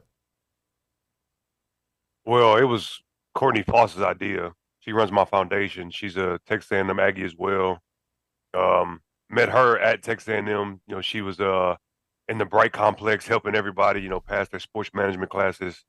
She's a really brilliant mind, but yeah, she runs the foundation, and it was her idea. I didn't even know, we had that facility, out there in College Station, but I'm excited to go there and have a great event in April. Well, and just talk to me a little bit about the why behind it, because you've always had this like giving heart, but for kids in particular and scholarships, why that angle? I think college is important. It's very important, especially if you're coming from a small area. Like I came from a small area, I got to experience a lot. People from different cultures and backgrounds and things like that. And I have relationships from college that I'll always have for the rest of my life. So, I met my wife in college. So I think college is very important, and not everybody has the means to go. So, if you're working hard, I think you should get a little help. How much did A&M mold you? Not only just the education, but just the people, the culture, and what you've taken with you to Tampa? I mean, it's been everything. They obviously helped me become a better player, football-wise. The fan base was the best I've ever experienced. Helped me become a man. Had a lot of, like I said earlier, a lot of great relationships and people that I've met that helped me get to this point in my life and help shape who I am today. So I'll always be appreciative of Texas A&M University. And every time I go back, it's always love. So, it's a great place. When's the last time you were here? I was there recently, but just in and out. Like it wasn't, I wasn't there long because my wife's grandmother stays in Hearn. And then we drove through, had some fuego and things like that. But I went to the game last year. Oh, that's right. I went to a game last year. Yeah. The reason I ask is because, I've been here back again this time 3 years, but every time I come here, and then when people come to visit, like, dude, that's not the same place that it was 5 years ago, not the same place it was 10 years ago. How different? I mean, it's still Aggie land, right? But it's just like bigger. No, I like it. I mean, it needs more cool stuff. I mean, there's a lot of people in Aggie land. The city's growing, and that's a beautiful thing to see. So, obviously, you're so busy during the season, but are you able to pay attention to stuff happening here with Coach Elko and some of the changes here? We've got a brand new athletic director. Yeah, I didn't see that either. So, I mean, I try my best, but it's a lot going on, especially as you get older, more children, things like that, more things in your career. But I'll always shout out to Aggie men's basketball and the women's basketball for making it. We made it, right? Yeah. Just make sure. Yeah. Okay. Because some things you see on social media, you got to confirm. But, yeah, shout out to the men's and women's side. Hey, I know the relationship you have with Johnny, and just curious if you were able to see his comments about you, and almost like tearful when he talked about you on the Shannon Sharp podcast. Look, you guys talk all the time, so I'm sure you know what he thinks of you and vice versa. But just thoughts on your relationship there. Me and him have always had a great relationship. I have high praise for him. He has high praise for me. One of the best college duos ever. Had a lot of fun playing with that guy, man. He definitely helped me get to where I'm at as well. One of the best players I've ever played with by far. So if I know you're too busy to check out the premium boards here on TexAgs.com, but anytime you come up, I used to when I was in high school and college. Yeah, I used to want to see what the Aggies had to say. Well, we are an interesting fan base. We love our players and our teams, but anytime they talk about you, they talk about how I kind of led into the interview. Hall of Fame, GOAT, And you're still doing it at the highest level, man. How do you keep your body, your mind, all that like you're 25 years old? Oh, I've been blessed. I mean, with health, God has truly blessed me with, health throughout my career. I've had a lot of great veterans around me to help me, learn the process of taking care of your body and how important it is. And, today's era, I mean, the medicine we have, the trainers, the knowledge, the science behind everything, it's definitely helped me as well. So, and I'm super competitive, man. I want to be doing this for, as long as, my body holds up, and I just love the game. Do you think about Kenton? I mean, is that, or do you not allow yourself to go there yet? Earlier, midway through my career, year 5, 6 is when I kind of start to, all right, I need to lock in, because, the Hall of Fame is something every player, wants to reach in any sport you play. If you're at that level and it's something attainable, you want to try to get that. So absolutely, I think about it. And I focus on it mainly just by, doing what I do best, and that's just working hard and playing my game. When you were growing up, was it Andre Johnson? Who was the kind of like the receiver you looked at like, yeah, that's kind of what I want to be? Well, Randy Moss is probably the most popular, so I watched him when I was younger. Peyton Manning was my favorite player, and the Colts were my favorite team, so I watched those receivers: Marvin Harrison, Brandon Stokely, Reggie Wayne, even Dallas Clark at tight end, all those guys. But Randy Moss is always my favorite. Yeah, he had a verb named after him. You catch the ball over top somebody's head, you mossed them. So I always loved that. And he wore Jordans, so he was definitely my favorite receiver growing up. All right, you said the Jordans. You a Jordan guy or a LeBron guy? I'm both. Okay. But, I mean, if you're asking me who I think is a better basketball player, I think LeBron's the best athlete of all time. You talk about me keeping it up for 10 years playing football. I mean, first off, he can probably play any sport if he really wanted to. And just his size, his mindset, his durability, his versatility, I think he's the best player, best athlete we've ever seen. I remember, I don't know, about a month ago, we were talking about you on the show, and I was like, look, my heart wants him to go to the Texans because I'm from Houston, and I think it'd be cool. But I also said, I think it would be awesome to see him spend his entire career in one place and be a legend at that place. And you made that decision. You wanted to stay in Tampa. Take me through that thought process. Yeah, I mean, I've never been a free agent before. And I was about to be one, but, before the period, the Bucks and I were able to reach a deal. I just felt like it was a win-win situation for me, honestly. Like going home, that would have been cool. I'm from Galveston, played at A&M. Houston's right in the middle of that. Everybody wanted me to play in Houston, or they wanted me to play with the Chiefs or something like that. But I just knew that at the end of the day, I was gonna go back to Tampa. That's awesome, man. I just felt it. I mean, it would have been cool to be a free agent and see what other teams had to offer and get all the love and things like that. But Tampa has shown me plenty of love, and it's a place I want to be for the rest of my career. Yeah, I think it is awesome. What about the chemistry you developed with Baker last year? Man, Baker, he surprised me a lot with not his game. I knew he was a really good player. Just how he is as a leader and a teammate. He really surprised me a lot. He's similar to Johnny, his playing style. I mean, really similar. So it was easy to adjust to play with him. A little shorter quarterback, great athlete. Those like a baseball player, like really tight spiral, really good arm, improvise. You can do all those things. Super tough. So I'm looking forward to seeing what we can do this year. Is there an all-time favorite memory of Aggie Land that you have on the field, off the field? Oof.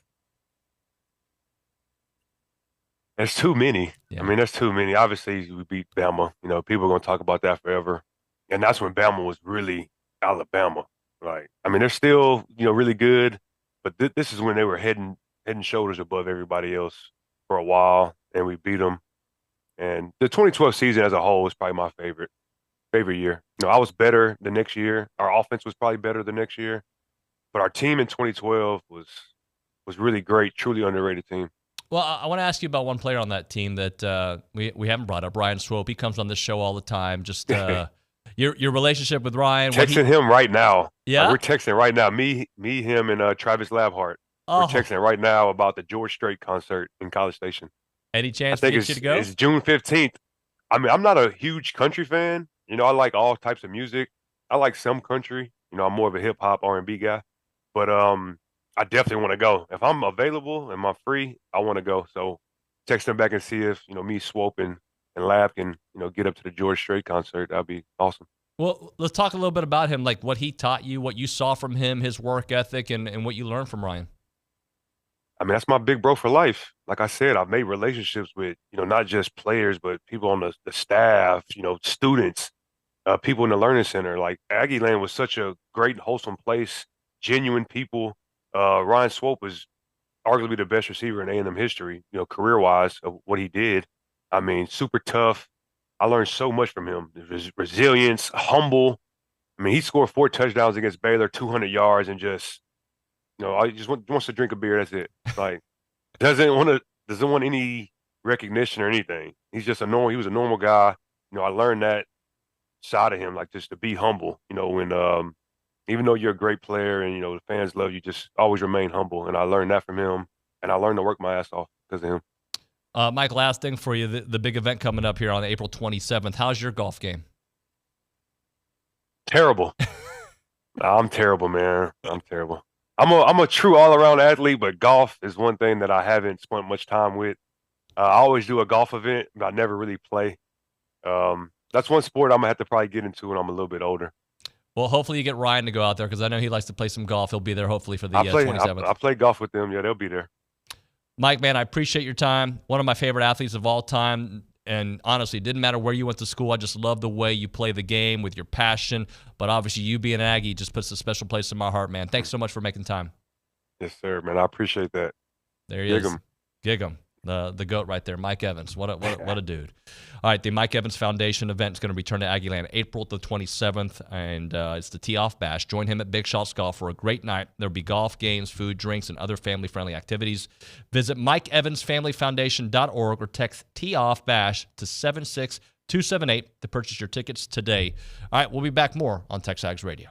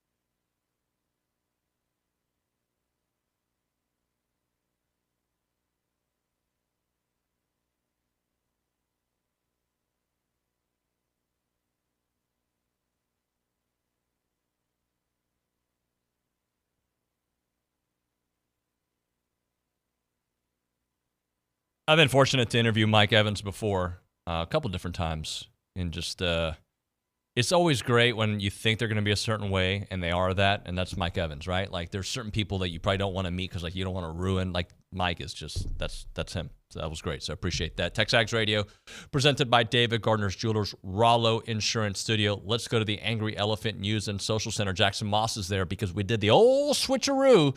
Luke is behind the glass right now because Nick is going to Pro Day to get some great coverage for us. So Jackson's taking over there at the Social Center. What do we got going around the SEC?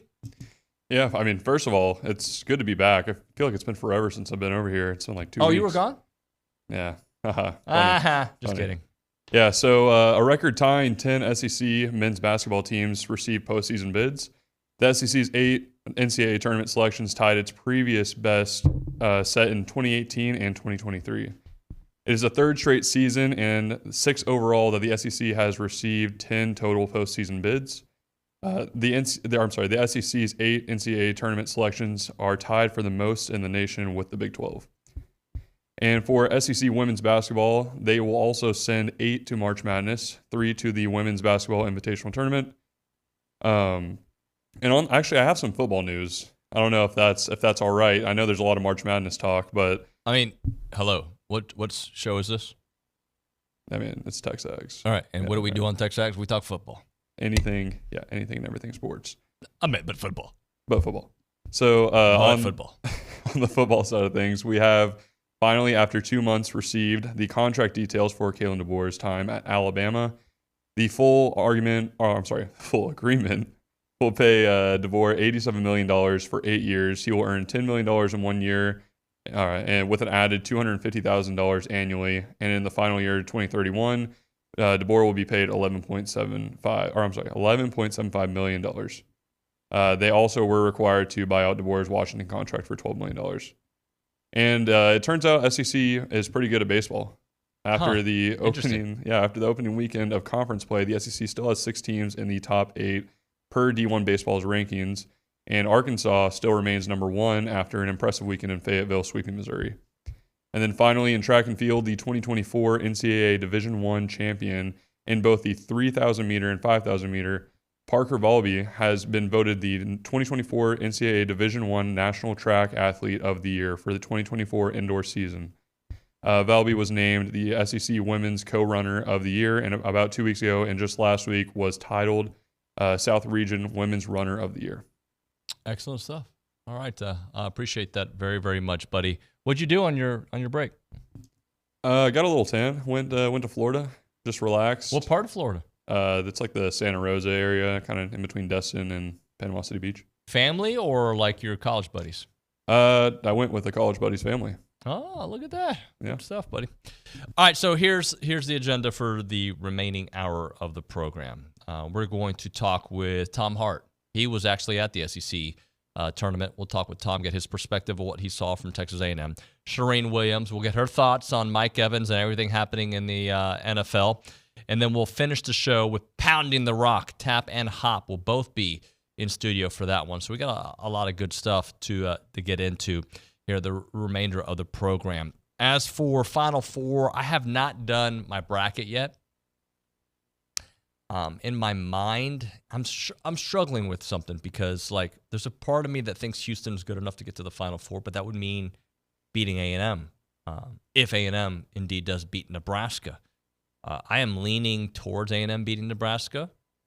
You know, I try to tell you guys exactly how I feel. I'm not done with my prep on that because I need to do a little bit more evaluation on Nebraska. But you know, that's kind of the beauty of this is I went on KBTX yesterday and they were asking me like, you know, about brackets and yada yada yada and like all of us have had similar moments, right? Where we're like, my daughter Isla, who's 11 years old, does a better bracket than I do without watching the games that we watch, right? Like it's kind of what makes March Madness so great. Speaking of my children, Annalise, my daughter, turned 13 years old today.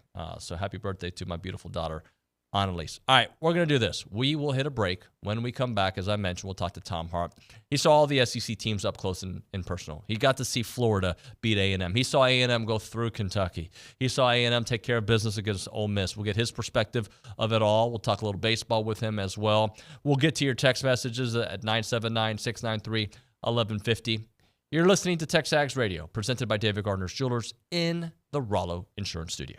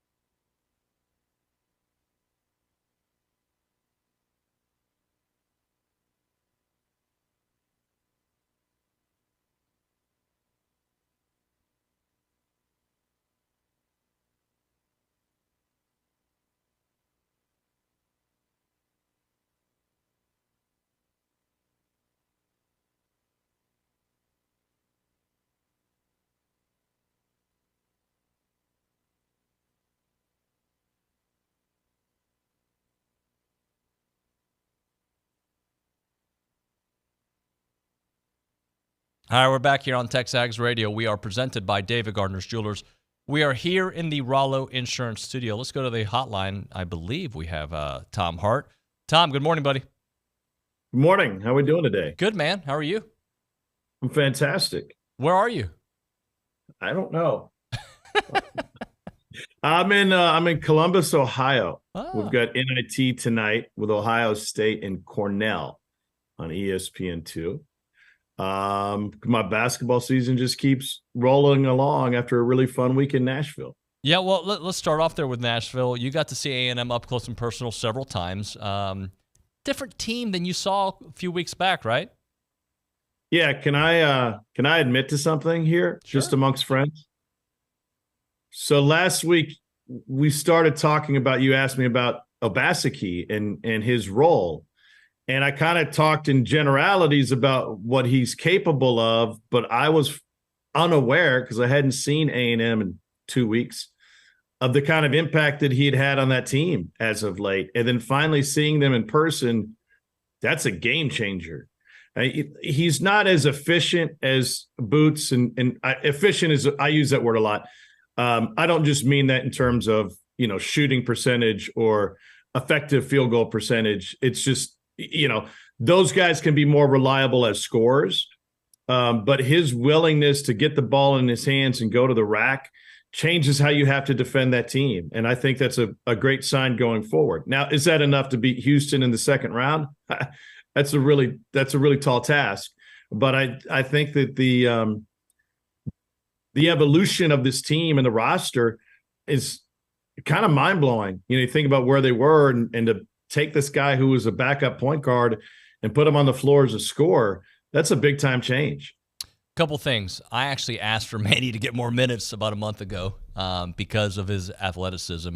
And Tom, interestingly, 2 years ago when they went to the NIT, a lot of times they use Manny at the 4 or the 5 because of his length. So he's a guy that can play multiple positions. Kind of reminds me of Solo at times. Solomon Washington can be a bit erratic, but when he's reined in, his ability to get to the hoop is fantastic, man. The one thing I'd like to see from him, and maybe this isn't in his DNA, and that's fine, but he makes up his mind that he's going to the rim, and that determination can be a good thing at times. But he is not a willing passer. It's okay to give the ball up on occasion.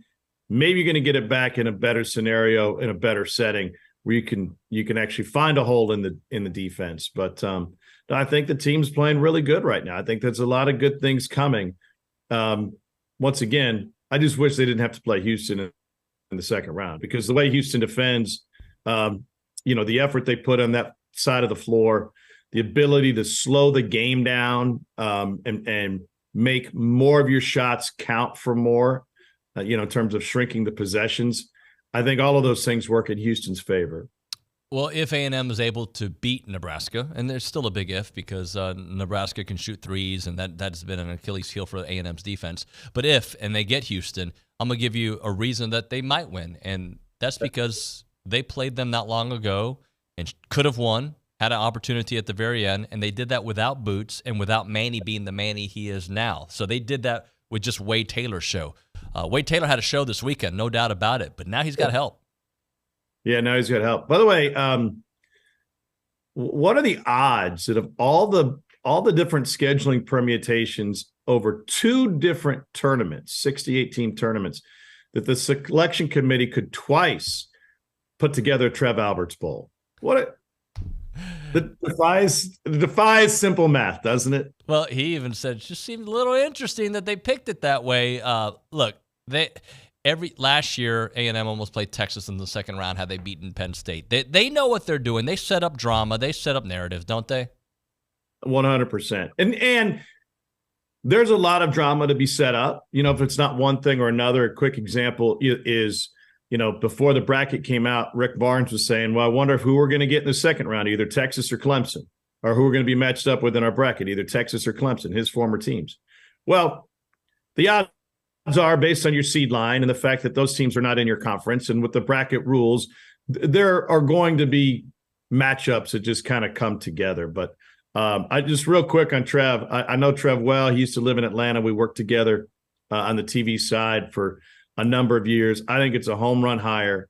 And on top of that, to just the signal that it sends that they're able to go into Lincoln and get a guy whose heart and soul was with that athletic program since he was 17 years old, and Tom Osborne first walked into his living room in Cedar Rapids to recruit the guy. He wanted to be the AD at Nebraska. He had to work hard to get there, going through smaller schools, Nebraska, Omaha, before he finally got there. He's got something special with Matt Rule and Fred Hoiberg on the basketball side, obviously. And he's willing to leave all that behind because A&M has a draw to him. And I think that is A&M should be very proud of that. And as an institution, both, just on campus and as people, that he wants to come join this party. Tom, I've watched him, as a player, as an analyst for 30 years, and now what he's done. And yesterday I'm watching the press conference, and who's like, he's got a presence and a plan that really, like, certain people can say things and it just feels like a soundbite. This seemed like a well thought out plan. No, he's a man of action. And, I know after talking with people in Nebraska about this scenario and how it unfolded, I mean, they had plans in the works to raise hundreds of millions of dollars to completely rebuild their football stadium, probably not unlike what A&M was able to do, whatever that was, 5-6 years ago. And that doesn't just happen, right? It's not raising money is not just holding a bake sale. It's convincing people with money who make great decisions financially over the course of their entire life, and sometimes for generations within their family, to say, hey, my plan is good enough that your money is going to be well spent. And he had that rolling and was willing to leave that behind, hundreds of millions of dollars that they had earmarked and had already had pledged to redo Memorial Stadium. So yes, to be able to get people who have worked hard for their money to part with it, you better show them that not only do you have a plan, but you have a way to execute it. Tom, I've been here before, and what I mean by here, like, I've had optimism for the program on many occasions. When I took the job in 2021, I'm like, golden era of Aggie athletics. Unfortunately, I was wrong. But I feel like the guys that they have in place, from Schloss to Buzz to Joni to Trev to Mike Elko, and I can keep naming all the other sports, like, I feel like they've got a really good thing going right now that it should feel like the arrow's pointing up. Yeah. I mean, listen, to be fair, given the resources, that's the direction it should be going. And given likely the path in college athletics going forward that there will be further winnowing of competition on the back end of what we see from a budget standpoint and a revenue standpoint, that A&M is going to be well positioned going forward. It should be expected that that's the position. This is no longer, and I don't even know anybody that would be calling out by name, but not to get specific, but it's no longer, the old football coach who just hires his cronies to make sure that the sodas are being sold and we're making some parking revenue and we're pushing season tickets out there. No, it's $1 billion business, and there's change coming, and there's going to be disruptions coming. So you better make sure you got the right person sitting in that corner. So that's one of the things Trev talked about yesterday. Is like when he took the gig at Nebraska Omaha, he had to make tough decisions, and we know some of those decisions. He brought that up yesterday. Like, there's going to be at some point this new direction of college football. They want to be, proactive or college athletics, I should say, and there's going to be some tough decisions. And this is going to happen around the country, not just at Texas A&M. If I'm not mistaken, Trev cut the wrestling program at Nebraska Omaha. Mm-hmm.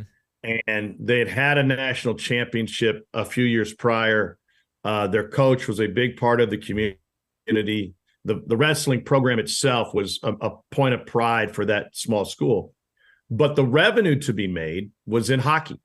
And they had an awesome opportunity playing downtown. And they recognize that, listen, Division I is something to be – I don't remember all the details of UNO. I just remember that they had a specific plan and they had to go through some pain to realize it. And that was a bold move for a person walking in who certainly was well known in the city and obviously in the state, but not that specific university community and not that athletic department. So right when you walk in the door to say, hey, boom, here's our master plan. You guys aren't part of it anymore. And to face that criticism and to put up with it and to stand tall and say, I know it was a tough decision and it sucks, but we had to do it for the good of the school. And here's what the future is going to look like. I don't know. I'm optimistic that cutting sports is not in the near future at the major conference level, but a lot of tough decisions are going to have to be made from a revenue standpoint, unless we want to continue to ask the same people who buy the tickets and buy the merch and buy the hoodies to continue to support just by donating money. I don't think that is to ask the average Joe fan to, say, hey, I'm going to give $50, $100, $200 a month to help pay players. I just don't think that's a feasible long-term plan. Tom, I was talking to somebody recently who was like, look, there's a reason that these coaches from all these sports are trying to get to the Big Ten into the SEC, because they feel like those programs in those conferences are going to be fine in the near future. Not only that, but to your point, there's a reason that coaches in the SEC, just specifically, just within the last 10 days, 3 men's basketball coaches got locked up to extensions, right? Lamont Paris was the first. He was interested in Ohio State. They're interested in him. Ray Tanner locked him down. Todd Golden got locked down at Florida. Nate Oates got his extension at Bama. I might be missing one, but it was those 3 jumped to mind.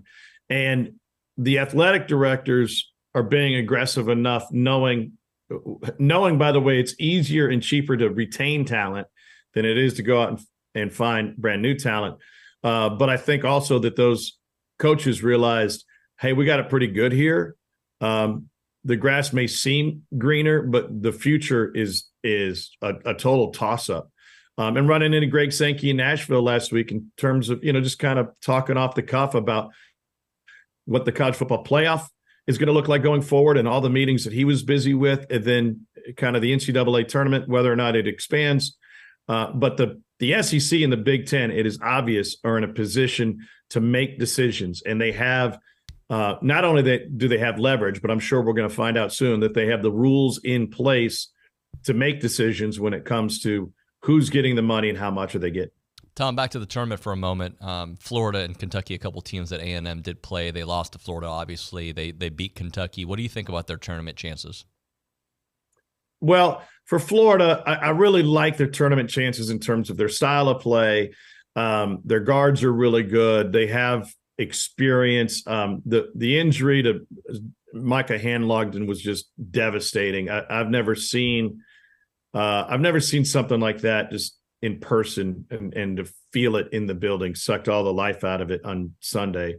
So they're going to miss some front court depth. He wasn't, an all conference player for them. So that's okay. And I hate to, it sounds crude to talk about him in that way, but I don't think they'll miss a ton of production, but they will definitely miss his minutes because that depth has been a signature for them. Kentucky, listen, they've got all the firepower in the world, but if you can't stop a middle ball screen, I don't know how far you can go. I think they're going to be tested by the guard play that they're going to see maybe in the second round by NC State, for example, and then all the way through. I still think they can win. I still think they can make it to Final Four. I think that those are the type of athletes that know, hey, this really, truly matters. We lose and we're gone. And I think they kind of had 1 foot in, 1 foot out in Nashville, and that comes from Cal. I mean, he said, it's not really that important. Next week's the most important thing. Well, they got a lot of eggs in that basket. They have the talent to make it to the Final Four. Do they have the defense to win 6 in a row? I just don't see that happening. Talking to Tom Hart here. Tom, let's close out with SEC baseball. A&M suffered their first loss and their first series loss of the year at Florida, a team that doesn't lose very often at home. But every road team in the SEC this past weekend lost that series, or their series, I should say. Just your thoughts on A&M and just how baseball's already started to look like the SEC that we know.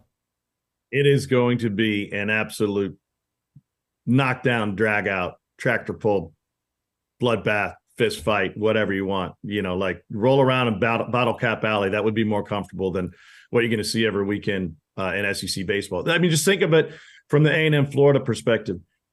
You dogfight for 2 days. You go into, Sunday and winner takes a series, and you've got to face Jack Caglione, who's the best two-way player in all of college baseball and a first-round pick. And the guy looks like Thor out there firing fastballs. So it's not easy. I've always said, and more so in SEC baseball than any sport I cover, it's not who you play, it's when you play them. And so it's not only about you staying healthy, but when are you going to face that one team that's having a down 2 weeks, or that one team that's smoking hot for 2 weeks? Are you going to get stuck in that vortex and take some losses that you shouldn't? Or are you going to get lucky from the schedule and catch those guys maybe when they're down, or they're beat up, or they're a little bit tired from long travels? So, I mean, I said this to you a couple of weeks ago. Sloss told me this is the most talented team he has. So I still believe that they've got a lot of wins in front of them. There's no doubt. Yeah, no doubt. Tom, appreciate your work, man. Enjoy the NIT. We'll talk to you soon. Hi, David. Thanks, bud. See you, man. Tom Hart, the best out there here on TexAgs Radio. We'll hit a break. When we come back, Charean Williams typically does our 8:30 segment, but had to push it back, so we'll chit-chat with Charean. I guess I got to ask about Mike Evans, right? We just had the GOAT on. Let's talk to him. Again, returning to Aggieland, April 27th. For his Mike Evans Family Foundation Tee-Off Bash. Join him at Big Shots Golf for a great night. There will be golf games, foods, drinks, and other family-friendly activities. Visit MikeEvansFamilyFoundation.org or text Tee-Off Bash at 76278 to purchase your tickets today. That's the Mike Evans Family Foundation big event. Troubadour Festival time, the Texas Barbecue and Music Experience. They're returning to Aggieland on Saturday, May the 18th, and this year's event brings bigger and better things because the Troubadour Festival wants to bring 35 of the best barbecue joints in Texas for you to indulge in unlimited samples for their incredible smoke creations, and you can't forget about that awesome music. There's live country music on 2 stages all day, including this year's headliner and country music icon, Travis Tritt. He's going to be joined by Texas country legend Pat Green, as well as William Clark Green, the Red Clay Strays, Cameron Saki Band, and much, much more. Whether you want to experience the barbecue and the concert, or just the concert itself, there's a ticket for you, and they're on sale right now at troubadourfestival.com. That's troubadourfestival.com. Get yours, and we'll see you at Aggie Park on Saturday, May the 18th.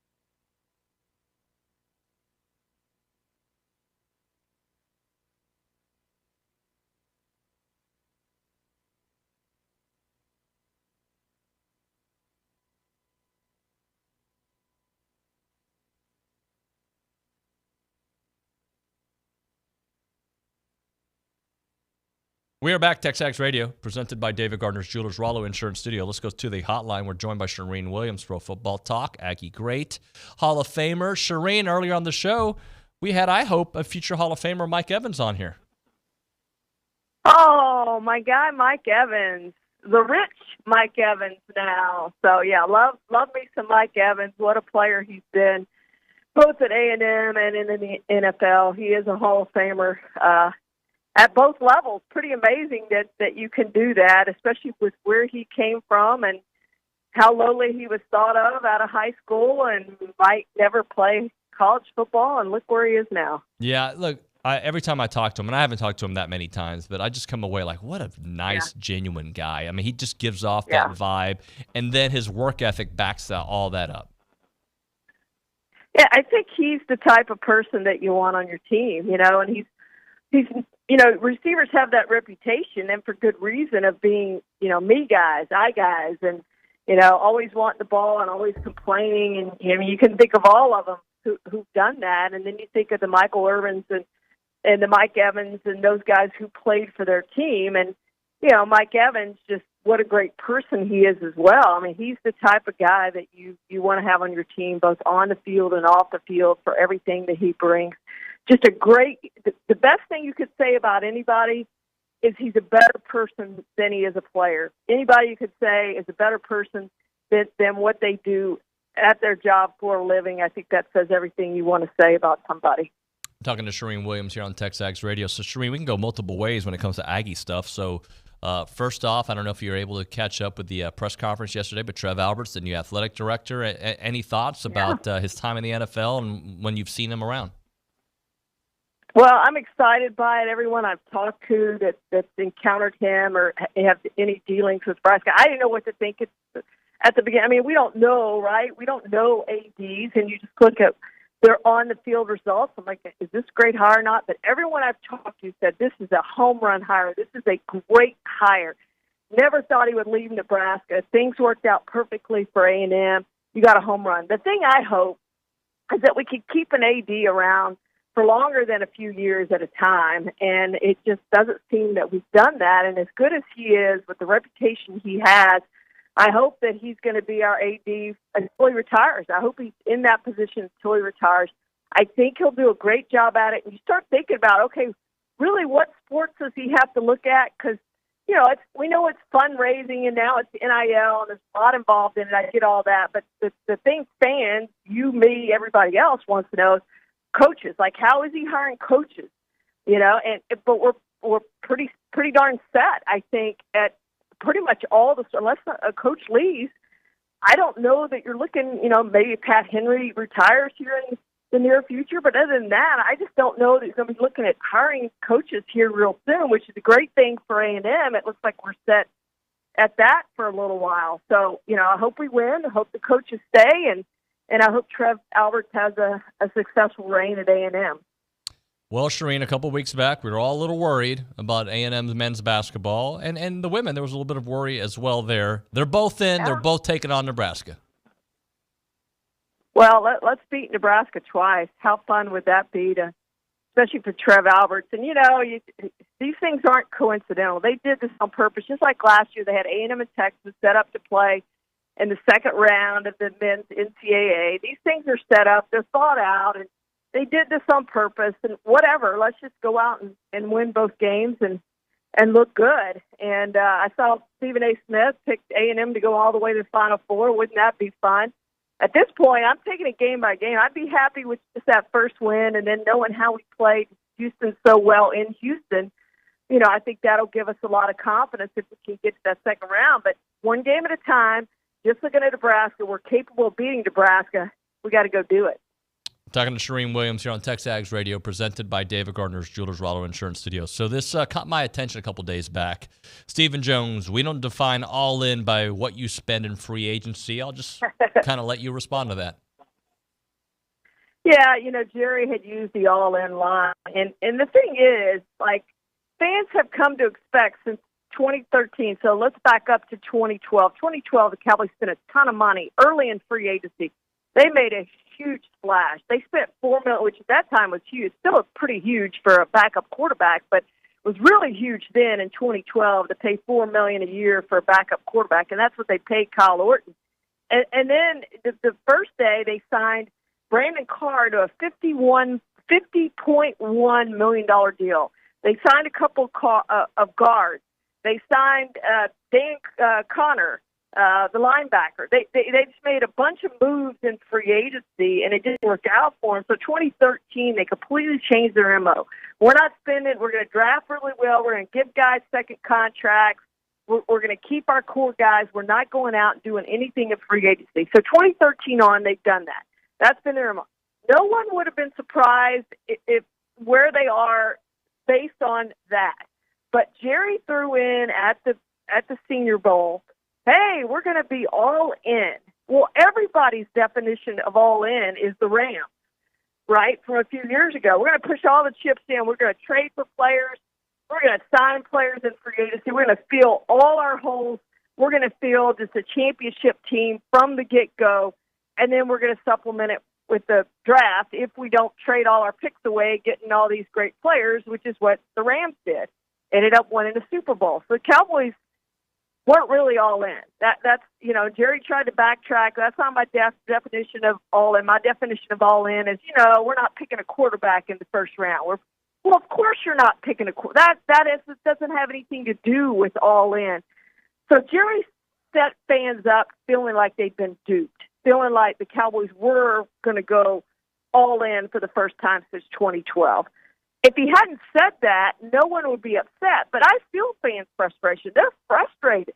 And they're not only frustrated by the postseason results, which has been 2 home losses in the wild card round in the past 3 years and not getting past the divisional round, as we know, since 1995. There's frustration in that, but then there's frustration of Jerry saying they're going all in when they really weren't going all in. So they're frustrated, they're mad, they're angry, whatever words you want to use, disappointed, all of that. And guess what? They don't have any money. So right now they have $4 million, I think, underneath cap. They don't even have enough money to go get these second and third tier free agents. So right now they're sitting with Eric Kendricks as the lone free agent. Not only that, they let all these guys walk out the door. The Tony Pollards, the Tyler Biadaches, the Tyron Smith, they're gone. This is not as good of a team as the one that lost to Green Bay in the wild card round last season. You got me wound up. I'm sorry. Well, let's see if I get you wound up on this one. I don't have a hot sports take on this Texans uniform leak. It's fine. I look at it. It's cool. I assume there's got to be something else because there was a lot of chatter leading up to the leak about how different these were going to be and how great and kind of a tip of the cap to the old. Is there something else that I'm missing here, Charean? Well, they're going to bring out more. They're going to have more coming up. So let's wait and see the entire collection of jerseys. I don't think anything gets fans as wound up as jerseys, right? They get wound up over jerseys. I don't know why we can't have normal numbers, though. I don't like the numbers. Like, just give me normal numbers that I can read from the press box, and I'll be good with that you can read on TV. You don't need all these different kind of numbers, just normal numbers. I didn't like that part of it. The colors, that remains to be seen. Let me see the rest of the collection before we get into it. I thought they looked a lot like the Falcons, and I don't know if that's really a great thing, but we'll see when we get the whole uniform change and see what they look like, and then we'll, I guess, be the judge of whether we like them or not. As John McClain pointed out on X, if you play well, it really doesn't matter. Everybody loves the uniforms if you're playing great and winning, and their uniforms last year looked a lot better than the year before that, or the year before that. Ain't that the truth? From when we talk about the Pittsburgh Steelers, Russell Wilson, Justin Fields, I mean, that seems like a lot of movement for one spot. Are they just trying to figure it all out and try to see if both stick, or what do you think about that? I can't believe more teams weren't involved in the Justin Fields trade, even like the Steelers, who don't see him as a starter. Like, I would want him on my team as a backup for what they had to pay to get him, a 2025 sixth-round draft pick that could become a fourth-round draft pick only if he plays 51% of the snaps, offensive snaps this year. So it's probably going to be a sixth-round pick in 2025. So why wouldn't you have been interested in Justin Fields, especially if you needed a quarterback, if you weren't convinced that the quarterback you have as your starting quarterback right now is the guy? So I don't understand why there weren't 30 other teams interested in him, but there weren't. I think they're great moves to Steelers. They have a couple of choices here of guys who've made tons of starts. One of them won a Super Bowl, and we'll see what they can do. But they're certainly better than the room they had last year. They're paying very little money. They're paying $1.2 million for Russell Wilson, a little more than that for Justin Fields. So their entire quarterback's room right now, that's the only two guys they have at that position, is around $3 million, $4 million. I mean, that's unbelievable. You can go and spend all this money that you want on other players, and you think about the Cowboys, who have a $59.5 million cap hit tied up right now in Dak Prescott. It's a little bit lower. They restructured. It's a little bit lower than that now, but pretty close, $55 million tied up in Dak Prescott. And until they get that contract done, that's going to eat a lot of cap space. So for the cap space, for the draft compensation that they spent, all of that stuff, great moves by the Steelers. They were a good team. Now they've upgraded at the quarterback position, whether it's Fields, whether it's Russell Wilson. They have upgraded there over Mason Rudolph, over Mitch Trubisky, over Kenny Pickett. So this could really get them into the postseason, and I don't know if it's going to make them contenders, but it certainly could. You don't want to play them in the postseason if you get there. I think they could win a game or two in the postseason if they get there, because their defense is always good. It's always good. If they score enough on offense, they're going to be right there. That is Charean Williams. Charean, great work as always. Thank you so much. Thank you, David. Take care. Charean Williams, Pro Football Talk here on TexAgs. All right, when we come back, little Pat in the Rock, Tap and Hop going to be joining us. But right now, I need caller number one. We're going to give you a free car wash from Aggieland Express Car Wash in South College Station. They're off of William D. Fitch in Greens Prairie. They're Aggie owned and operated. They have the friendliest staff and a personal touch. They offer a monthly membership. We're going to give the first caller a free car wash right now from Aggieland Express in South College Station. 979-693-1150.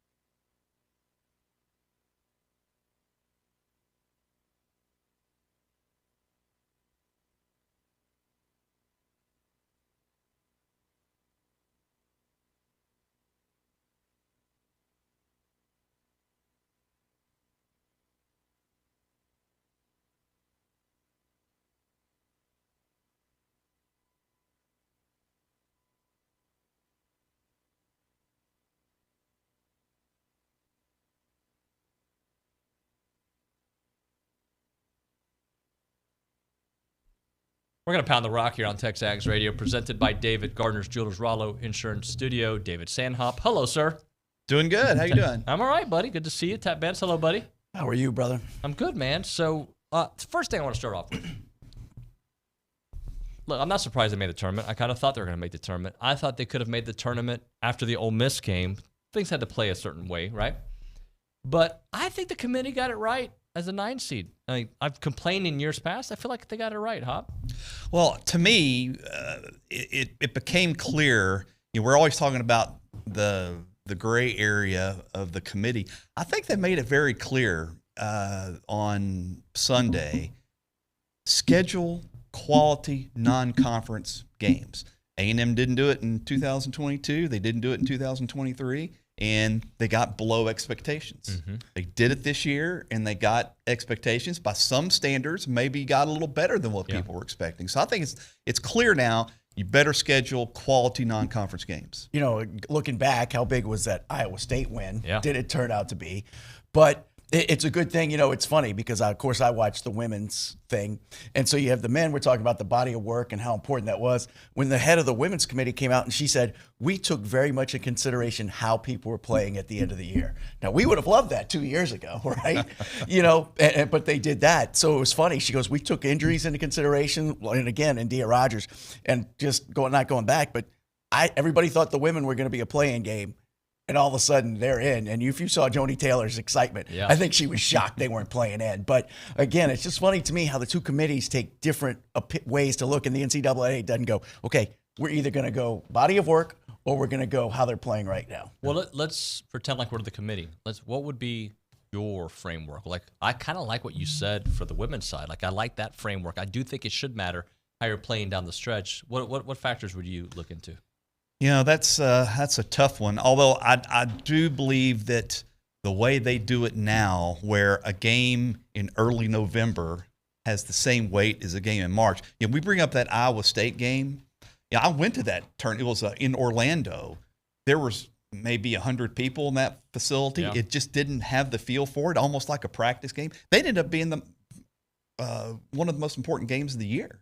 And that was in mid-November in Orlando, Florida at Disney World. Right. So I think they do need to start weighting it more on conference and conference postseason. It just because a team in March is completely different than a team in November. Absolutely. I've always said I don't think you count anything before Christmas as far as I'm concerned. It's when conference starts, everybody comes back. Yeah, you might take a couple of, look what happened here.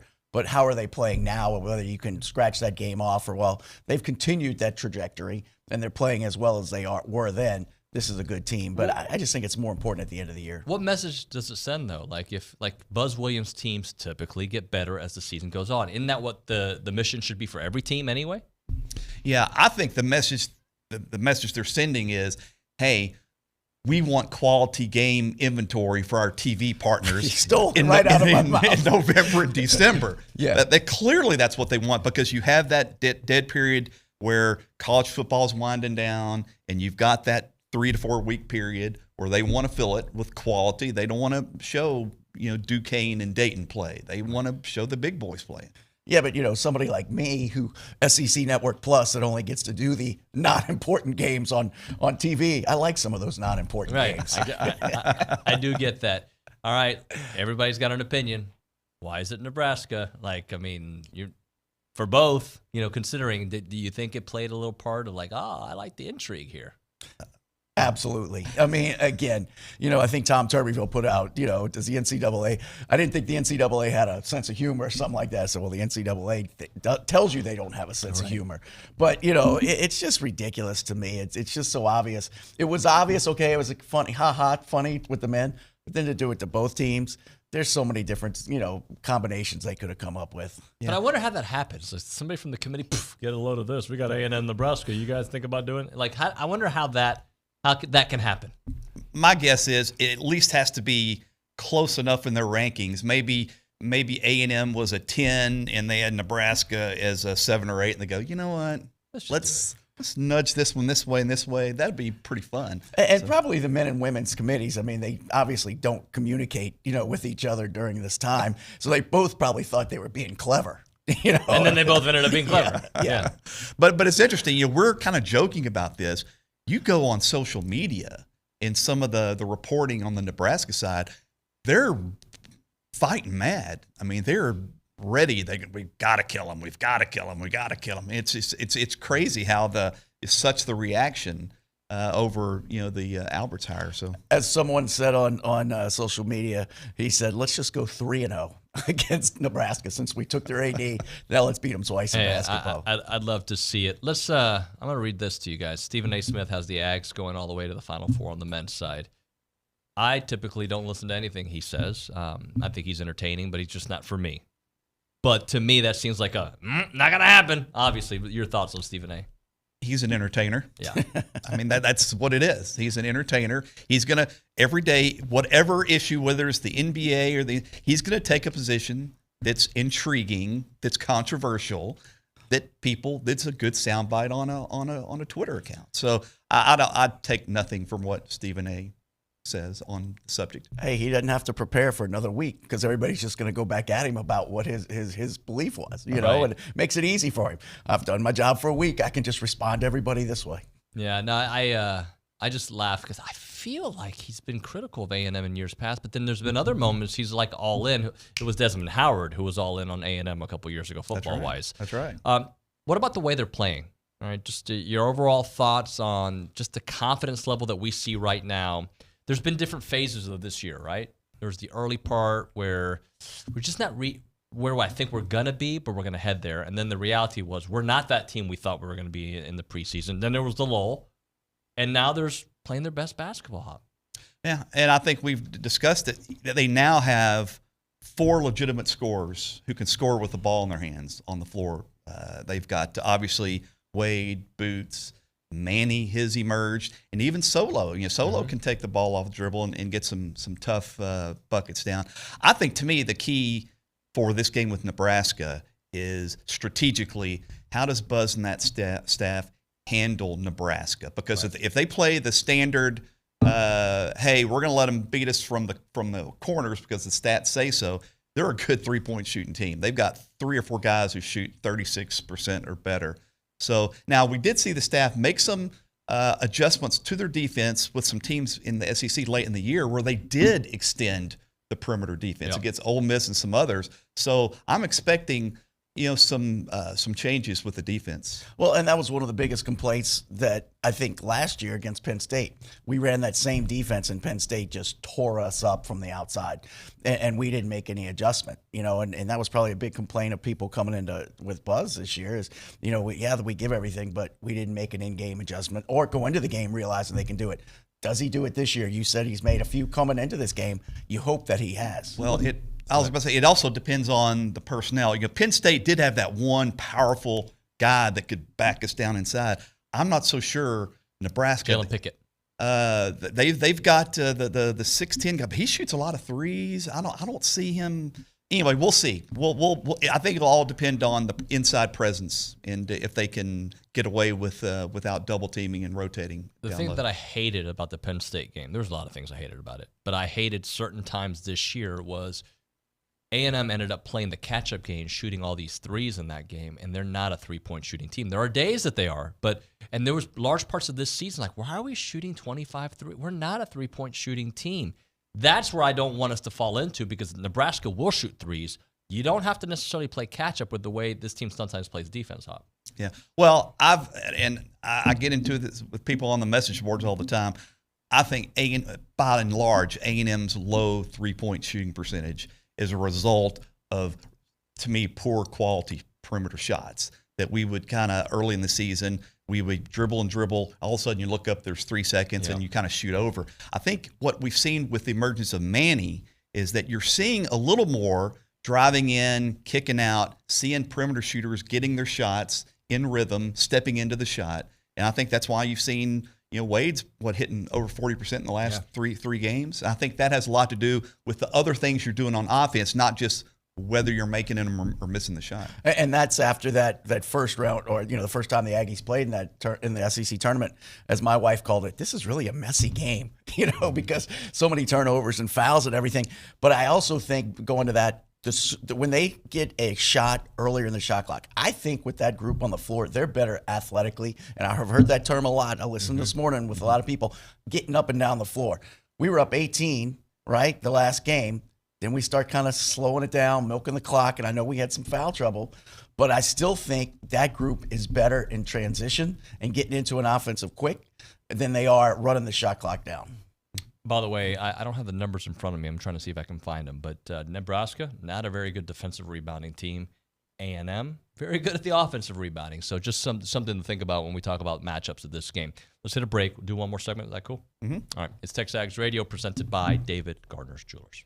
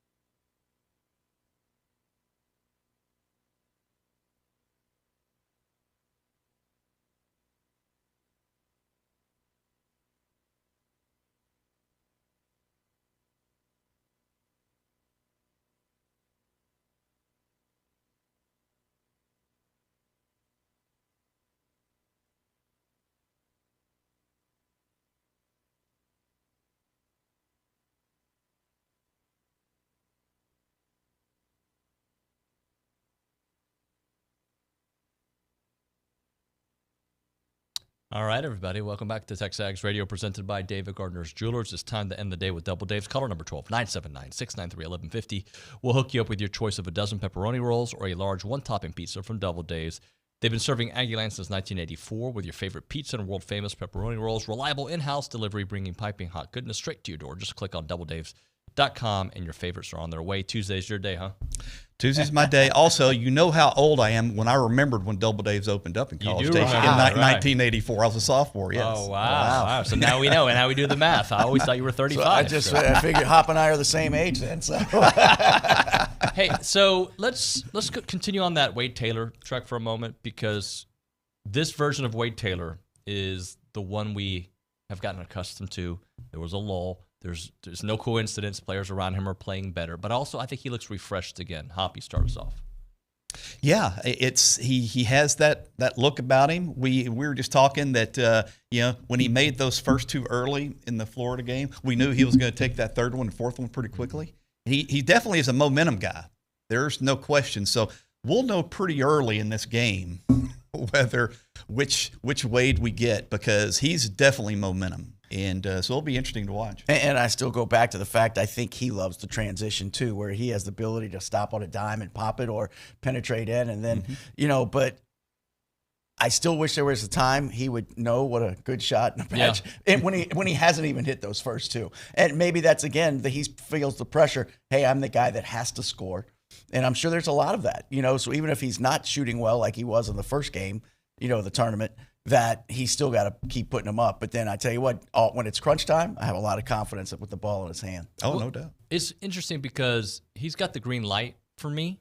And Buzz has told us that. Yeah, but there are times I'm like maybe not yet. Let's slow down. I guess it was at the end of the Florida game. I thought he kind of rushed that shot, but again, he makes a lot of those shots. You're like, ooh, I wouldn't take. Oh, he made it. He does have that. What are you doing? Great shot. Yeah. Solo does that too, by the way. Yeah. For me, especially that Florida game, it went a bit too far when he's driving against a double team and a couple 7-footers, and he's trying to do that. So, but like you said, Wade's Wade. You've got to kind of live with the bad to get the good, and recently he's been good. So if he's good on Friday, we're going to be happy. And y'all brought it up earlier with someone, but talking about how well Solo has improved offensively, and now he is a threat facing the basket, especially when he catches about that 10-foot area, getting to the hole. Well, and every time I bring up Solo, I feel like I got to bring up Henry, because if we get the Henry that we're used to, and I don't know if we're going to, right? But the Henry from early on in the season, now you got a couple of different options. Different than what Julius and Henry did last year, different skill set, but at least a couple of front court guys that you can count on. Yeah, like I said, I mean, to me, it was as much of a revelation that Solo had become an offensive force as it was Manny. Is that he will take it from the elbow, and when he sees an opportunity, he'll go, and he gets hammered all the time by these bigger guys, and he still kind of, after he's bumped, he'll do the one-handed, and it goes in. He's just really good after the contact, and that's what I think is great. Henry, you can see he's starting to ease his way back in. He got some really big free throws the other night, and he's making a bucket now and again. So, yeah, I think they're set up well. Still, though, they can't get into foul trouble like they get against Florida, because that messes up the rotations, and that recipe was really broken at that point in time. Absolutely. And what I like the best about Henry is all the positive things he said after they got in the tournament. I think y'all interviewed him, and it was in the Eagles paper or whatever, and it just talked about how he was excited and everything else. And you could see somebody in his position not being as excited. All of a sudden you were playing, almost not coming off the floor, and now you're barely on the floor. So yeah, I like that kind of attitude. Yeah, and I agree. Henry is the model of a student athlete. Right. I mean, if you want to build a student athlete, it's Henry. But also, when you watch the selection video of A&M, you had a senior transfer who averages about 3 minutes a game crying.